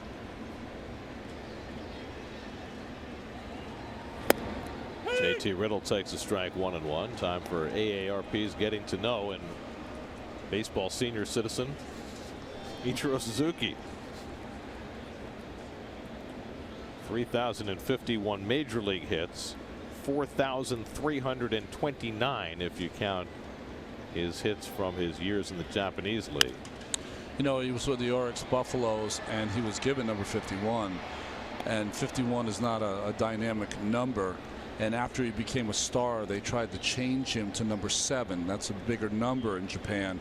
And he said, no, I want to stay with 51. That's the original number I got. So when he came to the States for the first time, of course, 51 had been Randy Johnson's number in Seattle. He asked Randy if he could wear it. Randy said, of course you can. Randy had moved on from Seattle then. And he wrote Randy a letter saying that I want to wear your number. I was wondering if you'd let me. I will not bring shame to it. Well, he did. 10 straight Gold Gloves, 10 straight All-Star appearances, MVP in his rookie season. So Marcelo Zuna on deck to pinch hit for the Marlins, with the pitcher due up next. 1-2 to Riddle, and is upstairs 2-2. I've heard him say now that he likes the number because he'd like to play to 51 years old. I mean, that's hard to imagine, but if anyone can, it would be Ichiro. He has not had a great year, but he is still capable of being a dynamic force. That's hit to third, might be 2. Reynolds to Cabrera, and the running throw got him. Double play, side retired. Cabrera coming across the bag to turn 2. 5-4-3 to get Lugo through the bottom of the 5th.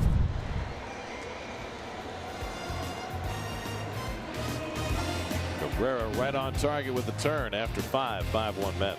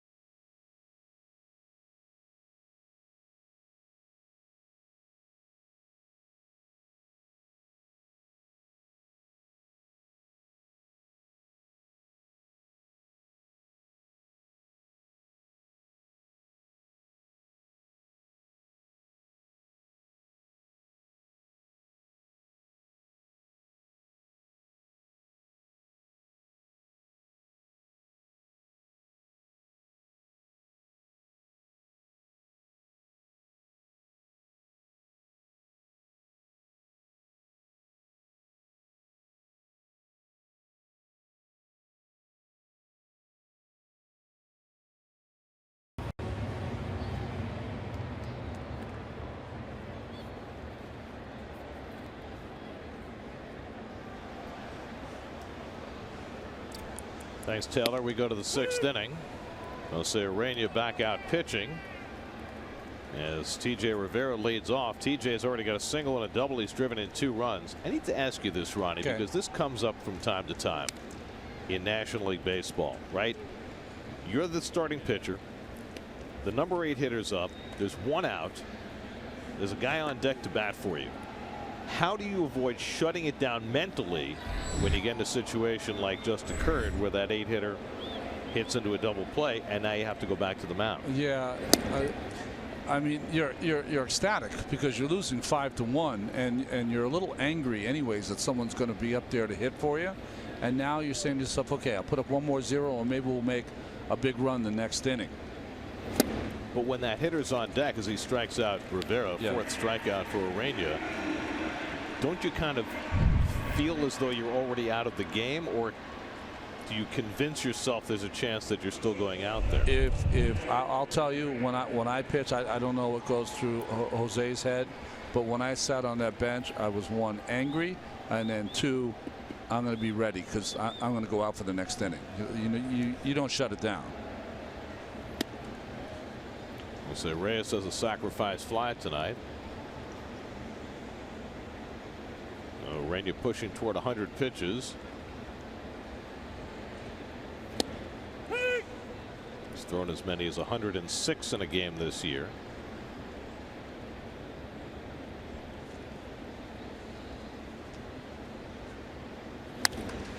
I mean, I know he's losing 5-1. Ichiro sliding, and he makes a terrific catch.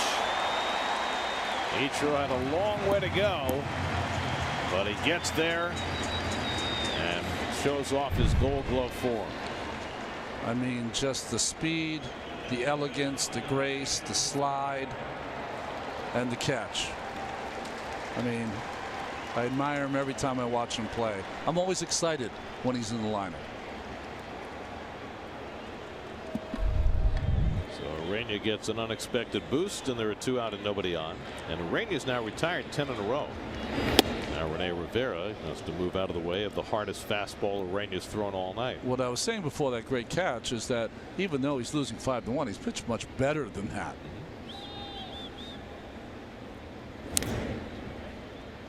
Well, he gave up a couple of 2-strike, 2-out hits in the 1st inning that really damaged his night. First on Bruce, then on TJ Rivera.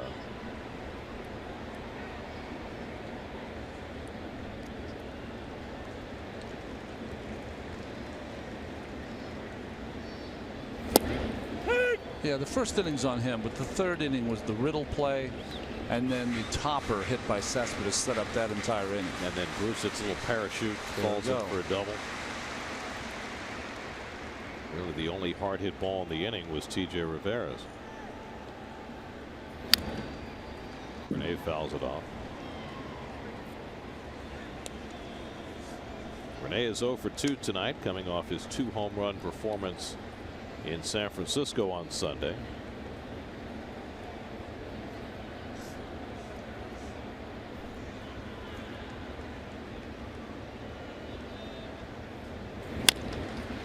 He tops one to 3rd. Prado in to get it, and that retires the side. So Urena gets the extra inning of work and sets him down 1-2-3. He's retired 11 in a row thanks to this fine play by 43-year-old Ichiro Suzuki. Like it's nothing. In the 6th, 5-1 Mets.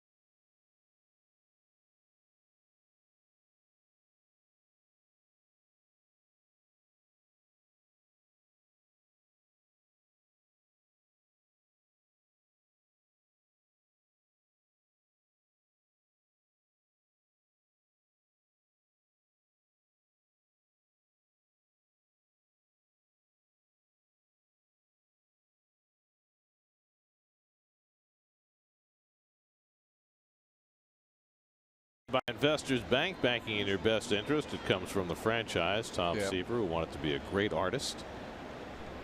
He said, I can't paint, but what I can do is pitch, and I can do that very well.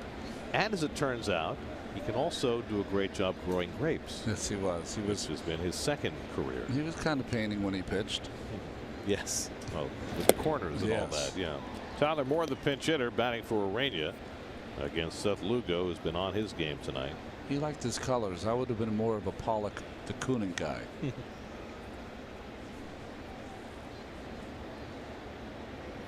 don't think that a pitcher can really be an impressionist. That's right.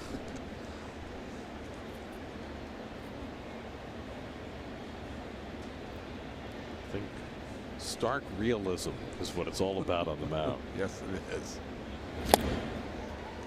1-2. Nick Whitgren, first man up in the Marlins bullpen. Urania leads after 6 innings, allowed 5 runs and 6 hits, but retired his last 11 batters. Only 3 of the 5 runs earned against Urania. 1-2 to the pinch hitter Moore, and he lifts one to right. Bruce has had a busy night. 1 out. It's funny, Locke had a similar start last night, didn't he? Where he got off to a rough start and then tired, what, 12 in a row? That first inning, and then good 2 through 5.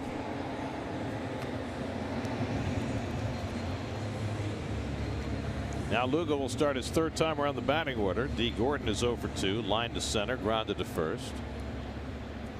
Gordon 2 for 10 in this series.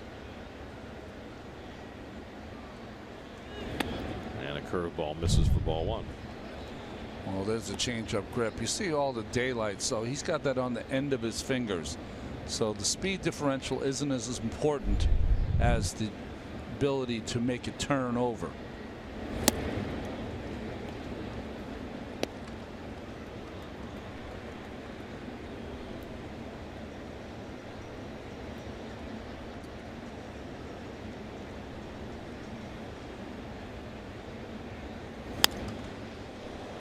Not a good 2-0 swing by Gordon. When I watch Lugo, Matz, DeGrom when he's at his best, they take the ball and they work quick. It's so much fun to watch. No messing around. Get a sign, execute. When the pitch is over, do it again. It's really when you could tell when DeGrom had those 2 bad starts in a row, his pace slowed. That's right. Because normally when he's going, he wants to get going. Gordon takes below the knees, and it's 3-1. Giancarlo Stanton, who homered his last time up, waiting on deck.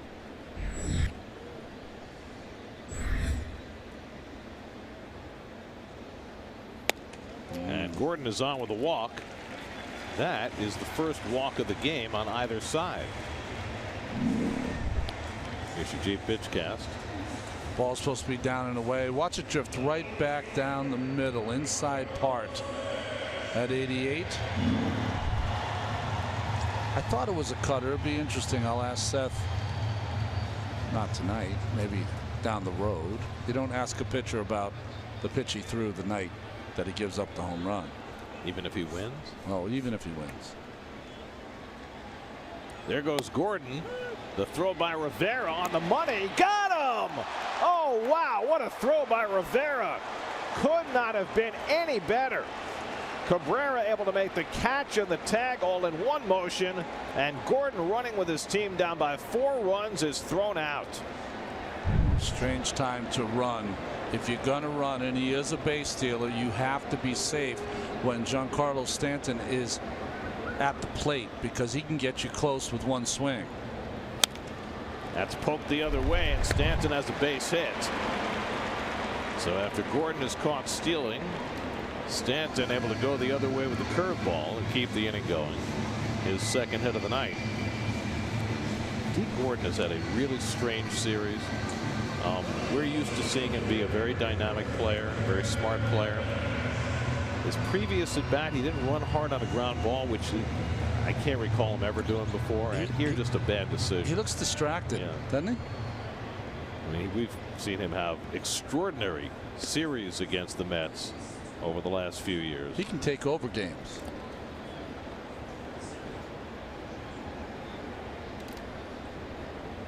So Stanton aboard with 2 out. Now Christian Yelich, who's 1 for 2. Single to right, fly to right.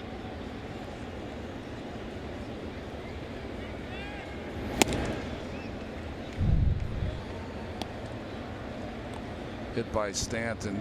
Pretty good slider just off the end of the bat. Nothing you can do about that.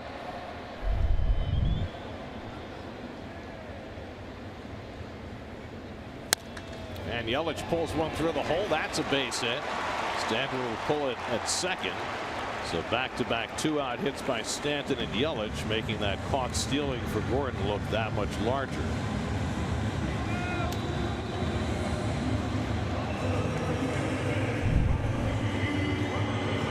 Changeup. This one stays kind of down middle, not even down. And when you throw a changeup and a guy is on first base and your first baseman is holding him on, just opens that entire hole. It's a pitch that honestly you try to stay away from when the hole is that big. Keep in mind with Seth Lugo now, last start in San Francisco, 6th inning, 3rd time around the batting order, low pitch count. It all kind of got away from him, and he's trying to avoid that here in the 6th inning tonight. 2 out and 2 on, working with a 4-run lead, and he's got Martin Prado at the plate. Prado is 0 for 2 tonight. And takes a first pitch curveball for a strike. It came in San Francisco last Friday. Lugo was at 59 pitches through 5 innings. But then a base hit here, a walk there, an infield hit, a sac fly, a 2-out hit by Gorkys Hernandez, and all of a sudden he gave up 3 runs in that inning and was out of the game. Another curve, line to left. Cespedes will have to play it on the hop. Stanton to third. He's being waved home. Cespedes with the throw. He may get him, but the ball is kicked away. Rivera is shaken up. The run scores, and the runners wind up at second and third. If I was Lugo, I would go and tag Stanton. I don't know if he even tagged the plate, but Rivera is shaken up, and Collins and Ray are out.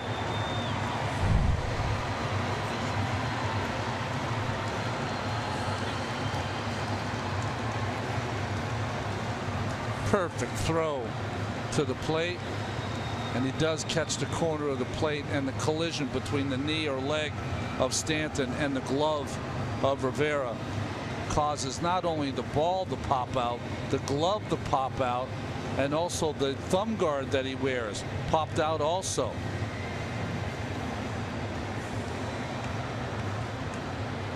Stanton flipping over and landing on that bat. Wow. That nobody moved out of the way. Well, if we have a blow up, it really was. If he caught the plate, he caught the sliver of the corner of the plate. So it's a base hit for Prado to drive in the run to make it 5-2. The runners advance to second and third. Now it's a 5-2 game. Here's that throw by Cespedes. Going the other way and throwing kind of back over his shoulder, and makes a perfect throw. What is it that we think happened to Rivera? Is that his shoulder when I think everything. I think everything. It just kind of knocked him around. You know, that was like a car crash. Well, he's going to stay in the game. He appears to be okay. But now the Marlins all of a sudden will get the tying run to the plate here in the 6th with the power hitting Justin Bour coming up. And the Gordon caught stealing looming large if Lugo can get through this inning. Runners advance on the throw to the plate, no error. So now a huge batter for Lugo in a 5-2 game. Bour, the tying run at the plate, has struck out looking both times up tonight. And goes after the first pitch fastball, 0-1. You know, I was surprised that Freddie Gonzalez sent him at one time because the ball was hit so hard. Oh, and look at a little stumble there by Giancarlo Stanton between third and home. Maybe that's what made it closer.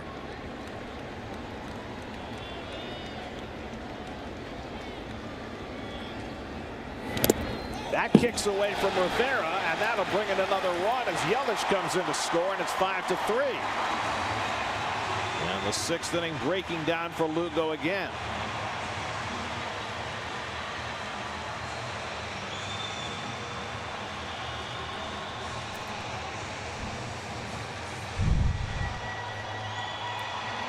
You know, just wondering with that collision if Rene is all right. That's a ball he usually gets down and blocks with a guy on third. He just tried the backhand approach. So 2 runs home in the inning. Mets will get their bullpen cranking now. Prado at third with 2 out. Interesting that Bohr, who was called out on strikes twice, very aggressive in this at bat, went after the first pitch and fouled it back. Doesn't want to be caught with the bat on his shoulder again. And now Rivera and Lugo need a conversation. Well, what happened is that the reason Rene is running out there with the wild pitch, there's no one on second base. He doesn't need to go through 3 signs. He started to go through 3 signs again. Again, to me, another sign that he's a little kind of uneasy right now after that collision.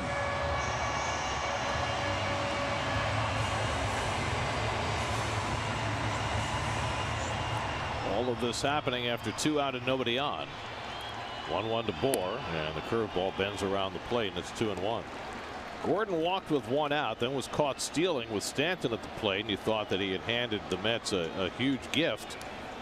But the Marlins getting 3 straight hits and a wild pitch to cash 2 runs. And now Bohr at the plate as the tying run. He lifts one to center, playable for Granderson. And Lugo finally able to put the inning to bed, but not before the Marlins get closer with 2 runs. Stanton and Rivera coming together at the plate. Stanton able to just beat the play home. 5-3 Mets after 6.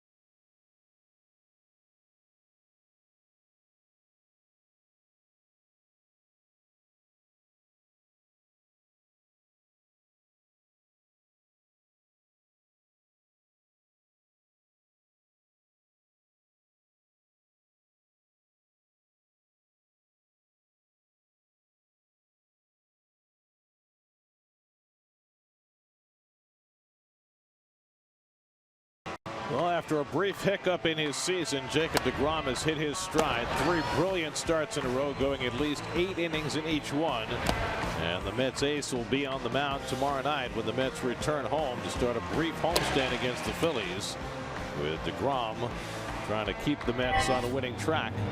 Mets will face 2 rookies in that series, Ben Lively and Nick Pivetta, whom they've never faced before. Jeremy Hellickson, the nominal ace of that beleaguered Phillies staff in the Saturday game. Zach Wheeler returns from the disabled list to pitch Saturday. Rafael Montero, coming off a real good start against the Giants, will go on Sunday. Interesting series. 28th game here for Nick Whitgren. You see a good ERA. Left-handed hitters, though, have been wearing him out. He will face Reynolds, and Lugo looks like he's out of the game. Brandon Nimmo out on deck. Lugo and Rivera debriefing after that event-filled bottom of the 6th inning. And that one sails to the backstop, and it's 2-0 to Reynolds, who's 0 for 2 tonight. Nimmo on deck to pinch hit. Boy, has he done a great job coming off the bench since he was called up. Jerry Blevins getting ready in the Mets bullpen. Mets pen substantially rested, with Blevins and Reed ready to go tonight. In the air down the right field line, slicing toward the corner. Stanton on the run, and it lands fair and goes into the corner. Reynolds on his way to second, takes the turn. He's going to try for 3. Gordon with the relay throw, not in time. A leadoff triple for Matt Reynolds.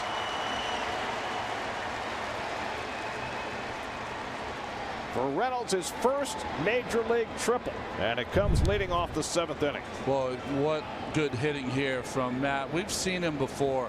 Has some power to right field. Keeps this one fair as it one hops the fence in right field. And the ball kind of bounced off the pole back, and he decided that right around halfway, 2/3 of the way to second, he was going to take a chance for his triple, and made it easily. Now the Marlins will bring the infield in, but before Whitkin can throw another pitch, Don Mattingly on his way to the mound. He's gotten a left-hander up in the bullpen. Nimmo announced, and Mattingly taking his time going out there, and it looks like they want to bring the lefty into the game.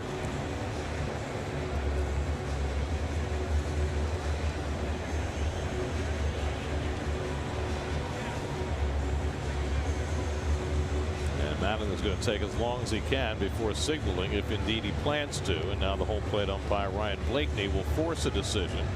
Arlene Garcia was throwing, and looks like the bullpen door is already open. And yeah, he's going to bring the lefty in the game. So now Garcia will come in. Call to the bullpen brought to you by Verizon. We'll be right back to Miami.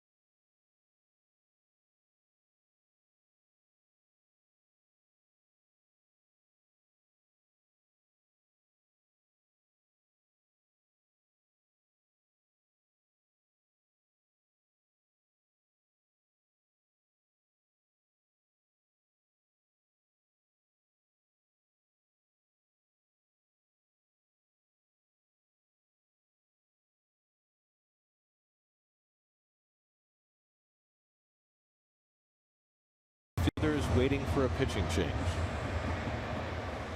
Not a word spoken between them. 24-year-old Arlene Garcia comes in. We saw him the first game of the series.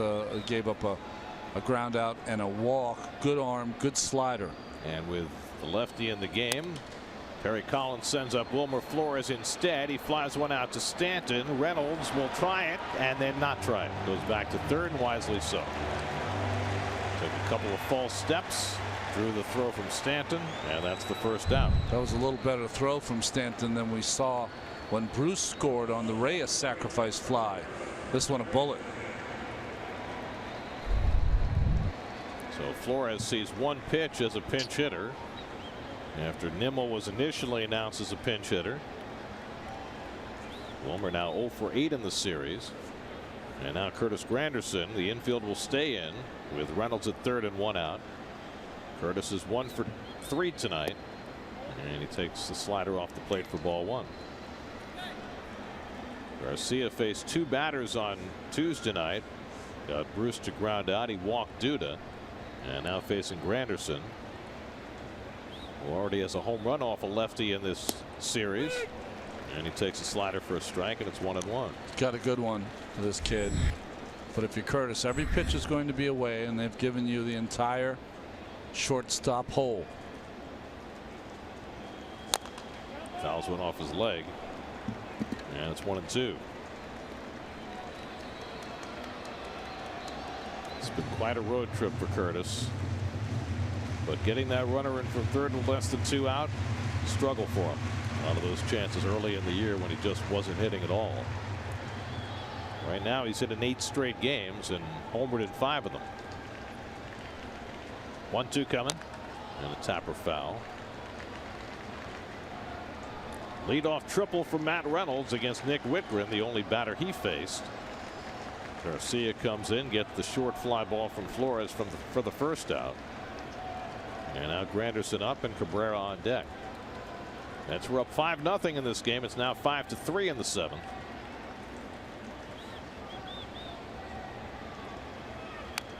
Granderson able to waste that one.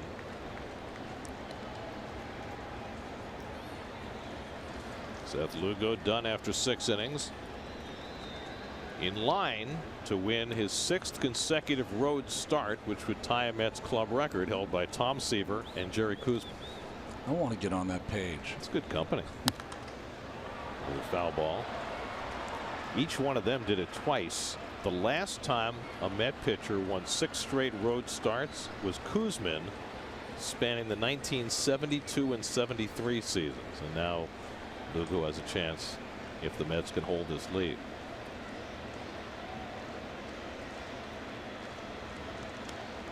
Again, the 1-2. Fastball just off the plate. 95 from Garcia. 2-2. It's a pretty good pitch because Real Muto called for it inside. It was on the outside corner. He wasn't able to frame it. 8th pitch of the at bat coming to Granderson, and he lays off. Full count. Well, early in the season when Curtis was chasing pitches, swinging and missing a lot, this would have been an entirely different at bat. Right now he is just seeing it as well as he has all year.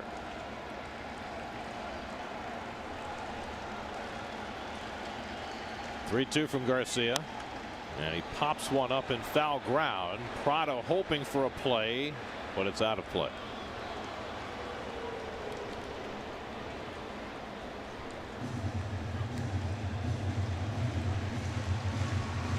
Nine pitches deep into this at bat and still going.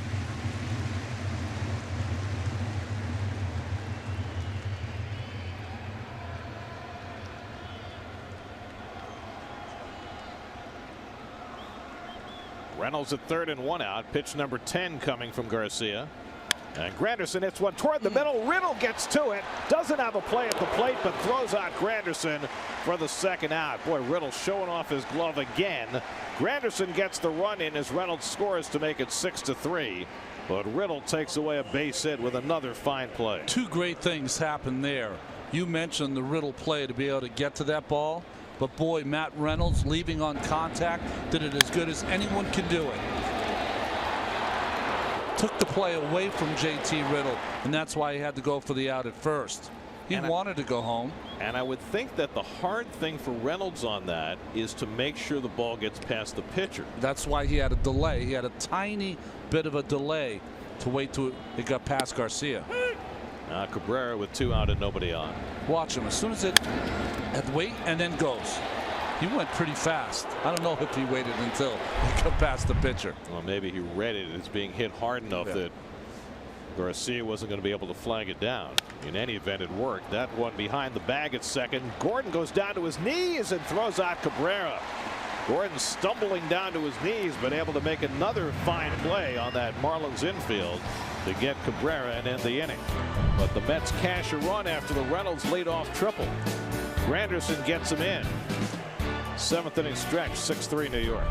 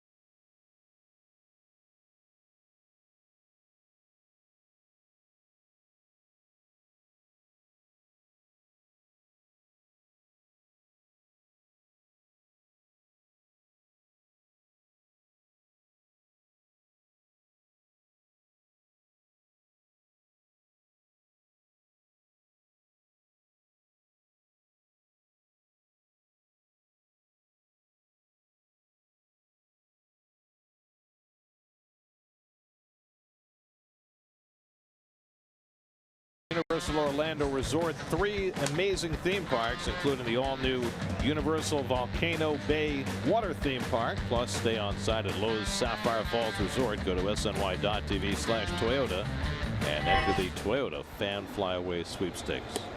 Jerry Blevins in to pitch the bottom of the 7th. This has really been the first kind of speed bump for Blevins this season, especially on this road trip. 4 walks, 3 of them in Los Angeles, and a couple of innings of work. Had 3 rough outings in a row now, including the opening game of this series. JT Realmuto's 1 for 2 tonight. He takes the curveball inside. 2-0. Blevins came in on Monday, gave up that hit to Ichiro Suzuki, the one where Flores broke the wrong way. Later in the inning, gave up the 2-run hit to Christian Yelich that put the game away. And the fastball in for a strike to Realmuto. He's got the right-hand hitter here, and then 2 lefties to follow with Ichiro and then JT Riddle. Mets 6 runs, 7 hits. The Marlins 3 runs and 6 hits. We're now in the bottom of the 7th.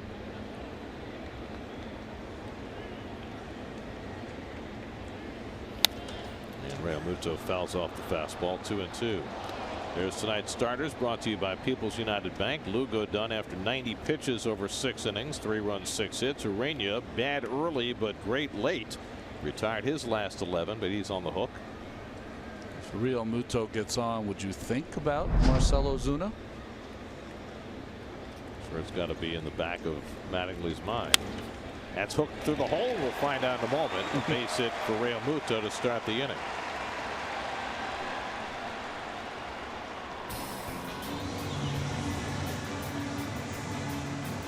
Time for tonight's Verizon trivia question. The only 2 players in franchise history to play 1,000 games for the Marlins. Well, I got 1. Okay. Well, we saw him today. You and I were talking about him, weren't we? He played for the Mets late in his career. Okay.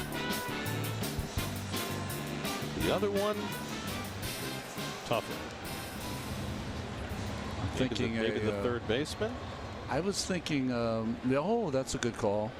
I was thinking of the guy who used to walk out to make sure the lines are perfect for his bunting. Oh, yeah, he was here a long time. Started out in Colorado. Here's Ichiro, so they're going to save Ozuna, probably to bat for the pitcher, 2 batters away. Riddle on deck. Ichiro tonight is 0 for 2. He's lined to first and hit into a fielder's choice. Also made a tremendous defensive play on Reyes, sliding into foul territory. And the fly ball out to left. And easy for Cespedes. Ichiro retired one away. So Blevins has more success against Ichiro tonight. No fielder moved in the wrong direction. See, my feeling is when you have a person up on base and you're down by 3 and you have a player up that plays the position of the guy you want to bat, the reason I would do it there instead of the pitcher, what if you don't get there? What if Riddle hits into a double play so you never get a chance to fire that bullet with a guy on?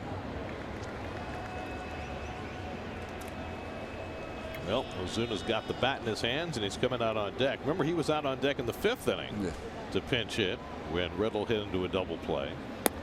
And Blevins would be happy with the same result here. He would.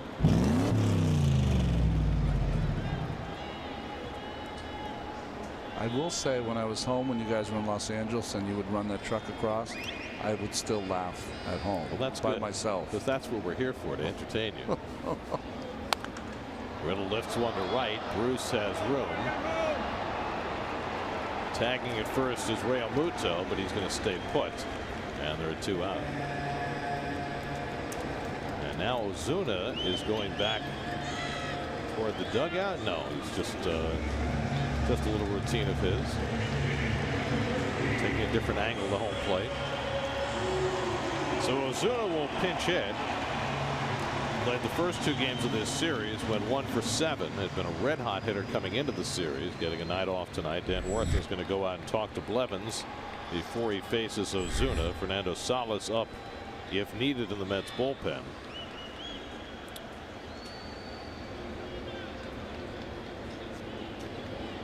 Blevins has faced Ozuna before. Ozuna's 0 for 2 against him. In that last inning on that play at the plate where Stanton scored, they have changed the scoring and they've added talk about adding insult to injury. They added an error on Rene Rivera, allowing the runners to advance to second and third, and what that does, it takes away an earned run from Seth Lugo. So the last run against him was unearned on the wild pitch because Yelich got to third on the error. So only 2 earned runs against Lugo tonight instead of 3. So now here's Ozuna. And takes a first pitch curveball for a strike. We might have been talking an unbelievable play by Rivera if Stanton had slid, because it would not have been a collision, and he did get the glove there in time.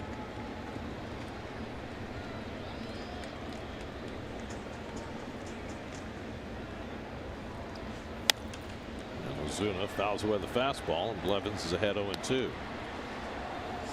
So Lugo's final line: 6 innings, 5 hits, 3 runs, 2 earned, 1 walk, 4 strikeouts, and now I have to recalculate his earned run out. Come on. Get it for you in a second.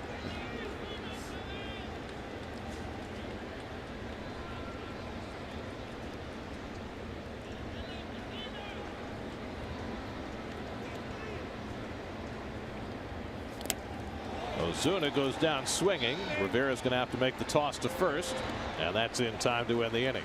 3.56 the new ERA for Seth Lugo. Thank you very much. We're going to the 8th in Miami. Blevins with a successful inning. Mets up 6-3.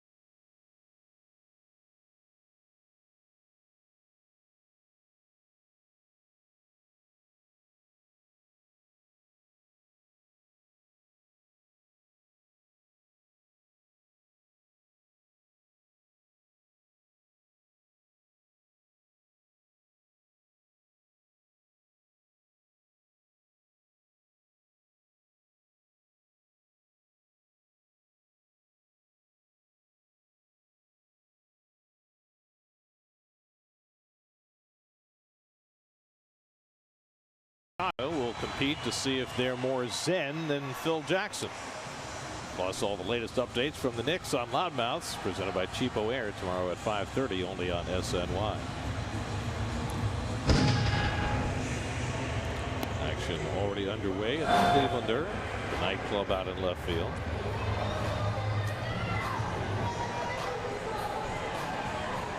Is that pool for anybody to jump into in the middle of the bar?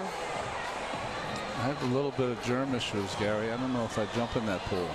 Well, it's obviously you have plenty of company because it's empty. Dustin McGowan will pitch the 8th inning for Miami. McGowan, you see his numbers. He's able to handle the right-handed hitters. Left-handed hitters have got to him a little bit. First batter faced a couple of home runs. Had a rough night last night. Gave up a double to d'Arnaud. An infield hit to Reyes. He was charged with 2 runs. He'll face 3, 4, and 5 in the Mets order tonight. Cespedes 1 for 3, had an infield hit and scored in the 3rd. Cespedes has yet to really put his mark on this series. 2 hits in 12 at bats, a roller through the right side and a chopper up the 3rd baseline. Yeah, we came in saying that he loved hitting at this ballpark.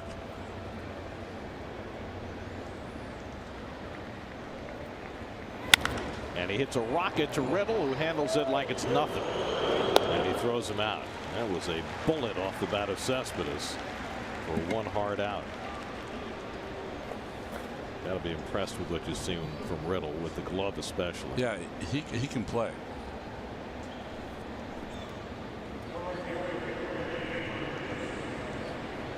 For all young players, especially guys that have the athleticism and defensive prowess that Riddle has, it's going to be, will he hit enough to be a special player? There's Jay Bruce, who's 2 for 3 tonight, a single, a double, 2 RBIs.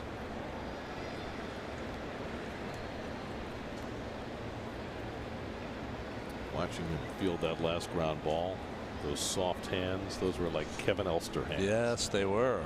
You know, taking the hardest plays and just making them look so easy. Except he would have lobbed it over to first. Yeah, well, he was too cool for school. Yes, exactly. Think about Ellie, he really was that cool. He really was. Yeah. 0-2 to Bruce with TJ Rivera on deck. Ellie was like having Brad Pitt play short. That's kind of what it was. And having Brad Pitt in your clubhouse too. Yeah, movie star looks, and he could sing, he could dance, he could do everything. And then he proved later in his career, after he left the Mets, he could hit home runs. That's right. Did you tell me he runs marathons now? He runs marathons, yeah. He's so committed. He used to be, we used to have the stair, you know what the Stairmaster, you remember that, right? Sure. He used to be able to do that at the top speed for an hour every day in spring training. It's demoralizing. Yeah, if you're anybody else. 3-2 to Bruce. I think that was his issue. You know, he had the ability to hit the ball at the ballpark, and I think that's kind of what stunted his growth as a hitter early in his career. Well, what a glove. Yeah.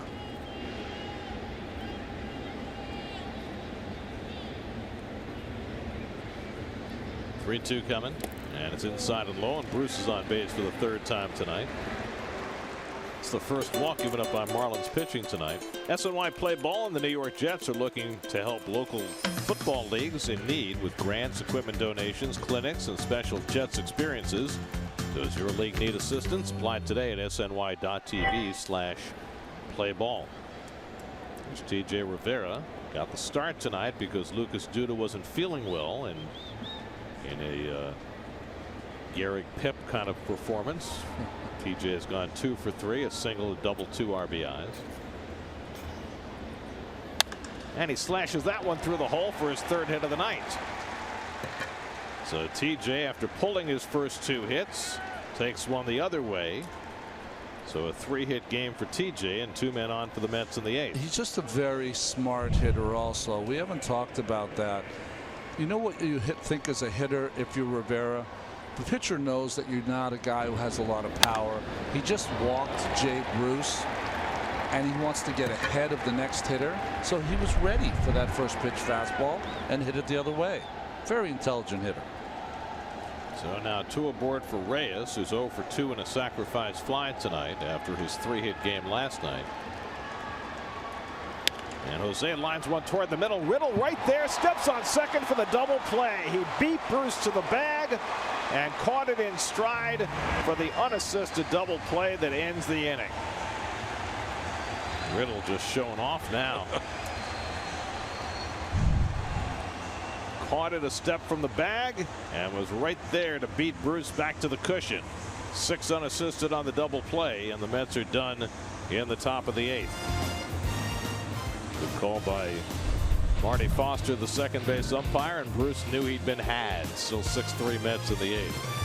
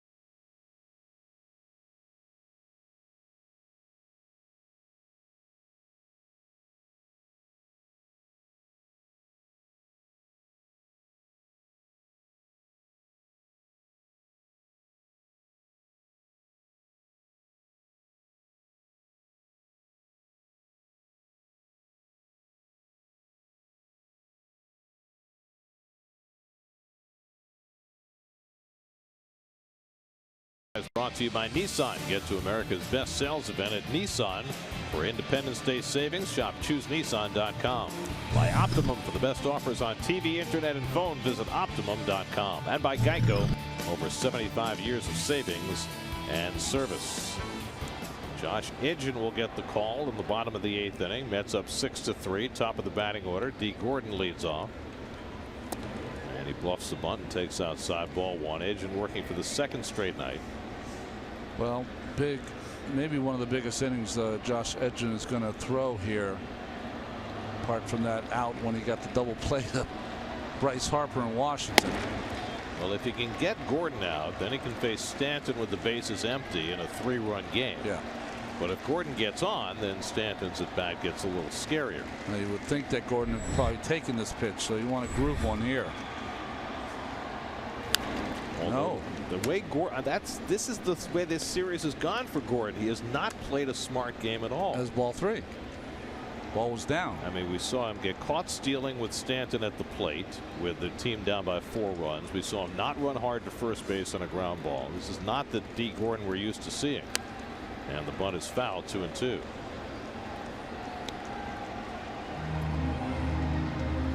Let's keep the bullpen busy behind Edgin. Addison Reed is well rested, hasn't pitched since Sunday, so you know he'll get the 9th and maybe part of the 8th as well. Who knows? But right now it's Salas up. 2-2 coming, and it's fouled off. I mean, when you have a record like the Mets have, and you're trying to chase, not really even trying to chase, just play better baseball. This is a game you got to have. You know, got to start winning series to get back in this. Well, you got the Phillies coming in for the weekend, worst record in baseball. Then you go to Washington, so there's a chance. That's lined to left, a base hit for Gordon. And so the inning gets interesting, and not in a good way for the Mets. Edgin gives up the leadoff hit to the left-hand batter. And now Stanton comes to bat with a man on. Ball's up. That's the stroke we know from D. Gordon.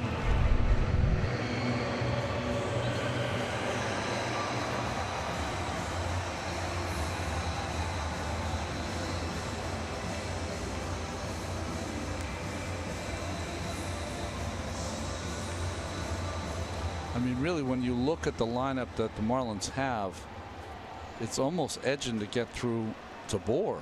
I mean, when you think about it. I mean, after Stanton, Yelich, Prado, and Bohr. Edgin retired Stanton last night on a fly ball to left, but that was in the midst of a lopsided game. Here, a much closer game. Also hit it about 3,000 feet in the air. Yeah. Almost hit the underside of the roof. It was so high.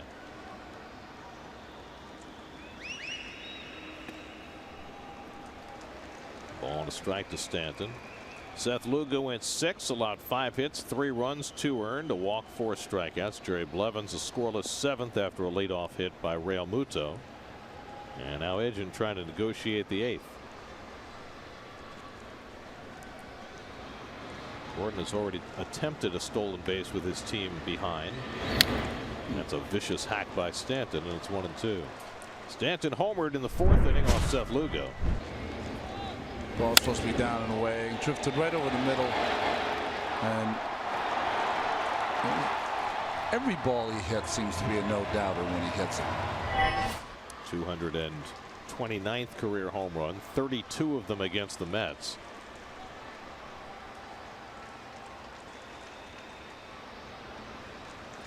I mean, the pitch to make, if you want to strike him out here, is up and in, above the belt. That's his hole. Now, if you miss, could be a big number, but that's where you want to go. Then you can go back away.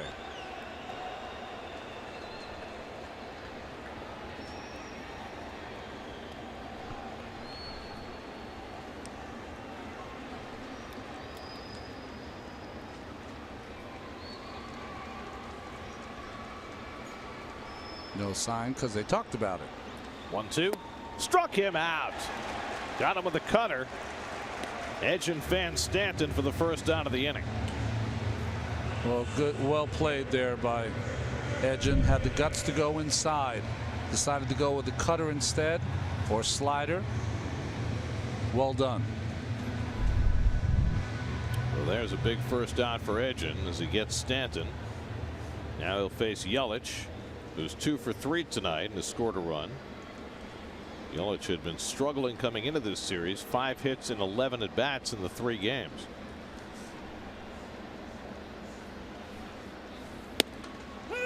And Edgin gets ahead of him. Yelich struck out against Edgin last night in the 8th inning.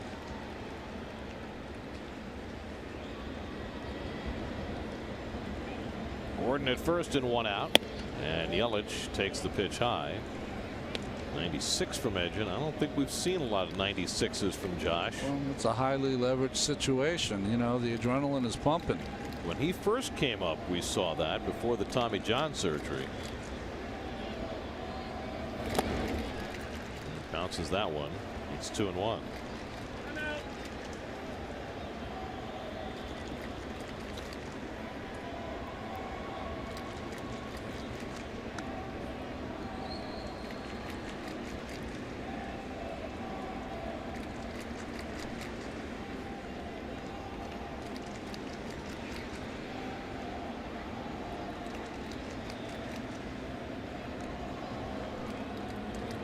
Not straying far.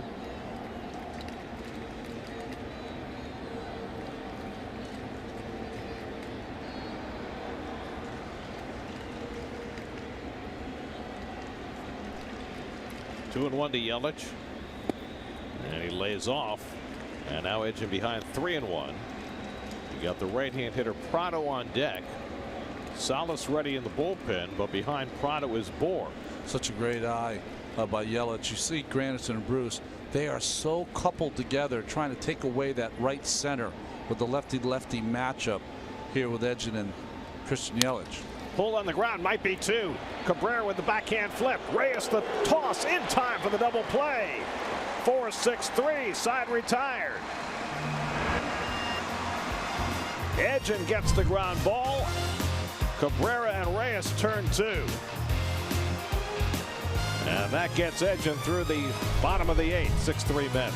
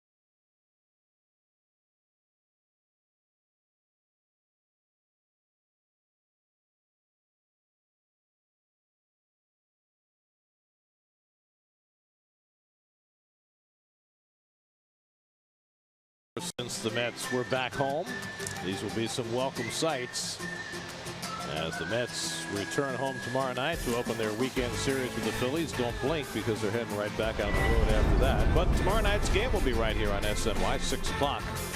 The coverage. Jacob deGrom goes for the Mets. Rookie Ben Lively. Mets will get their first look at him tomorrow night for Philadelphia.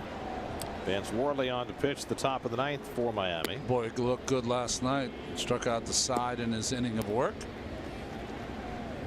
He's made 4 starts for the Marlins, who have been hard pressed to fill out their rotation at times this year. Now making his 5th relief appearance. We've seen Worley with the Phillies and the Twins and the Pirates. He also pitched for the Orioles last year. Now 29 years old, out of Long Beach State, and he throws one by Rivera, and it's 1-2. Rene is 0 for 3 tonight. Matt Reynolds on deck, then the pitcher spot,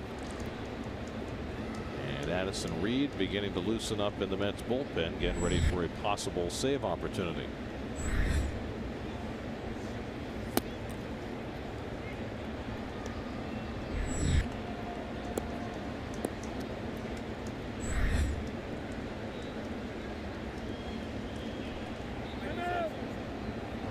Worley, the 5th Miami pitcher of the night. Well, there's Lucas Duda, feeling better today, well enough to pinch hit. Pitcher due up 3rd in the inning.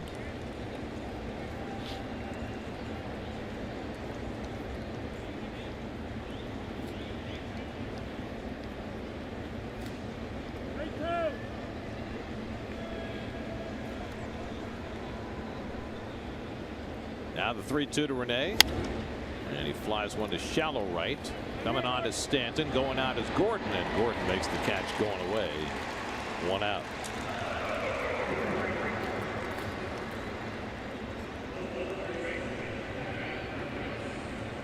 So one down in the top of the ninth. Now Matt Reynolds, who tripled his last time up, hit one into the right field corner against Nick Whitgren and came home to score on a ground ball. Some good base running by Reynolds, not only to decide on his way to second to try to go for that triple and get it, but also on contact coming home on the ball hit to Riddle at shortstop.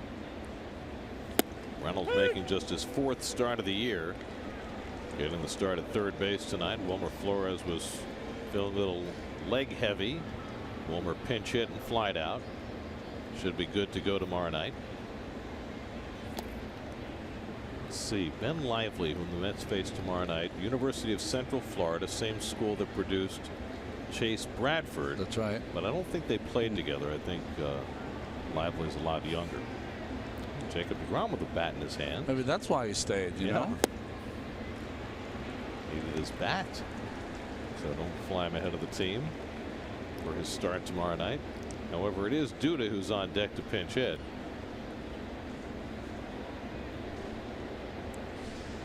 So what is that? Wheels spinning. Ground ball. Gordon had him played perfectly, and that's the second out. And it will be Duda to come up and pinch hit. And I guess Jay can put his helmet away. Save it for tomorrow. Get on the bus and start sleeping.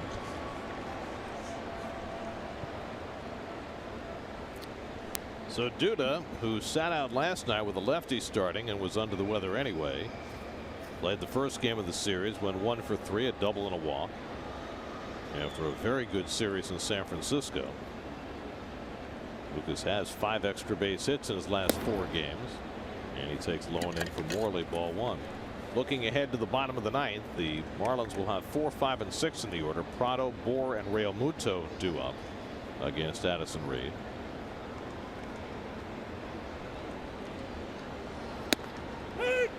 After we're done here, be sure to keep it tuned for WB Mason post-game live. Gary Apple, Nelson Figueroa will have all the highlights. Terry Collins post-game press conference, all the analysis, all the insight. It's all there. It's all here. It's the big show in the big studio, Gary. They do have a good view. They do. Have you gotten up to those studios yet? I have not yet been there. I have not either. Duda down on strikes. Worley with another 1-2-3 inning. And that sends us to the bottom of the ninth. Rubber game of the series. Mets try to pull out a winning series in a 500 road trip with Addison Reed coming on.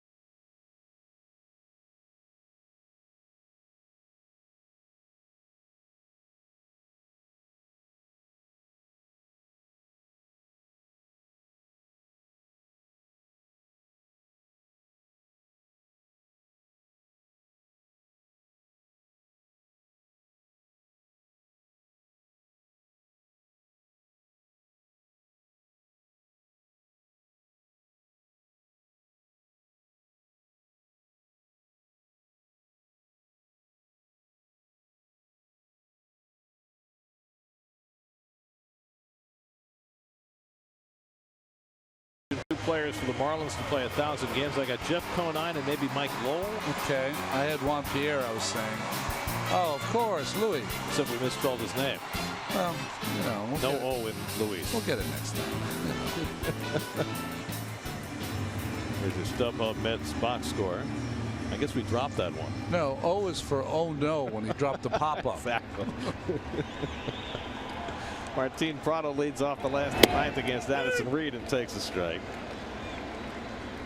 Prado drove in a run with a base hit in the 6th inning. Mets led 5-0.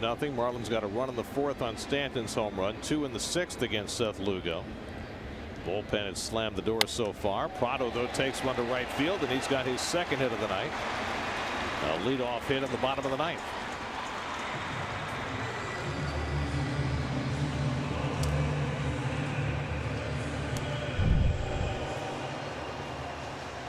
Prado, to me, he occasionally comes up to the plate and just has one thing on his mind. He's going to hit a bullet to right field.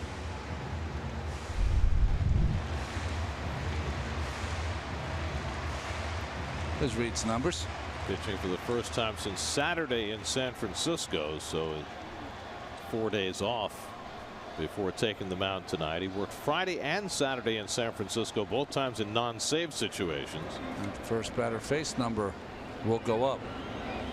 Justin Moore is 0 for 3, and he takes a knee-high strike. Moore 2 for 10 in this series. Marlins need one more base runner to get the tying run to the plate. JT Realmuto waiting on deck. And Moore smacks one foul, and quickly it's 0-2. Coming up after the postgame show, Geico Sports Night, more Phil Jackson talk. Moving on, you know. A bigger name than Phil Jackson. And of course, the Bartolo Colon news, DFA'd by the Braves today. 0-2 from Reed, and Bohr foul tips it for strike 3. 3 pitches, and Bohr sits down. 3rd time he's been struck out tonight. 1 down in the last of the 9th.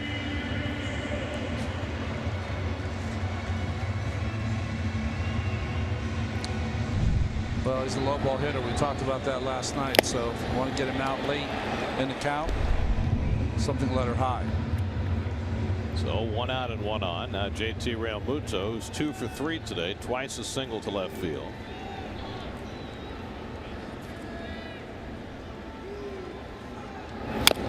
And he fouls one off his leg, 0-1. Realmuto just 1 for 8 against Addison Reed. Jerry Blevins allowed a leadoff hit in the 7th. No runs. Josh Edgen allowed a leadoff hit in the 8th. No runs. Addison Reed has allowed a leadoff hit here in the 9th.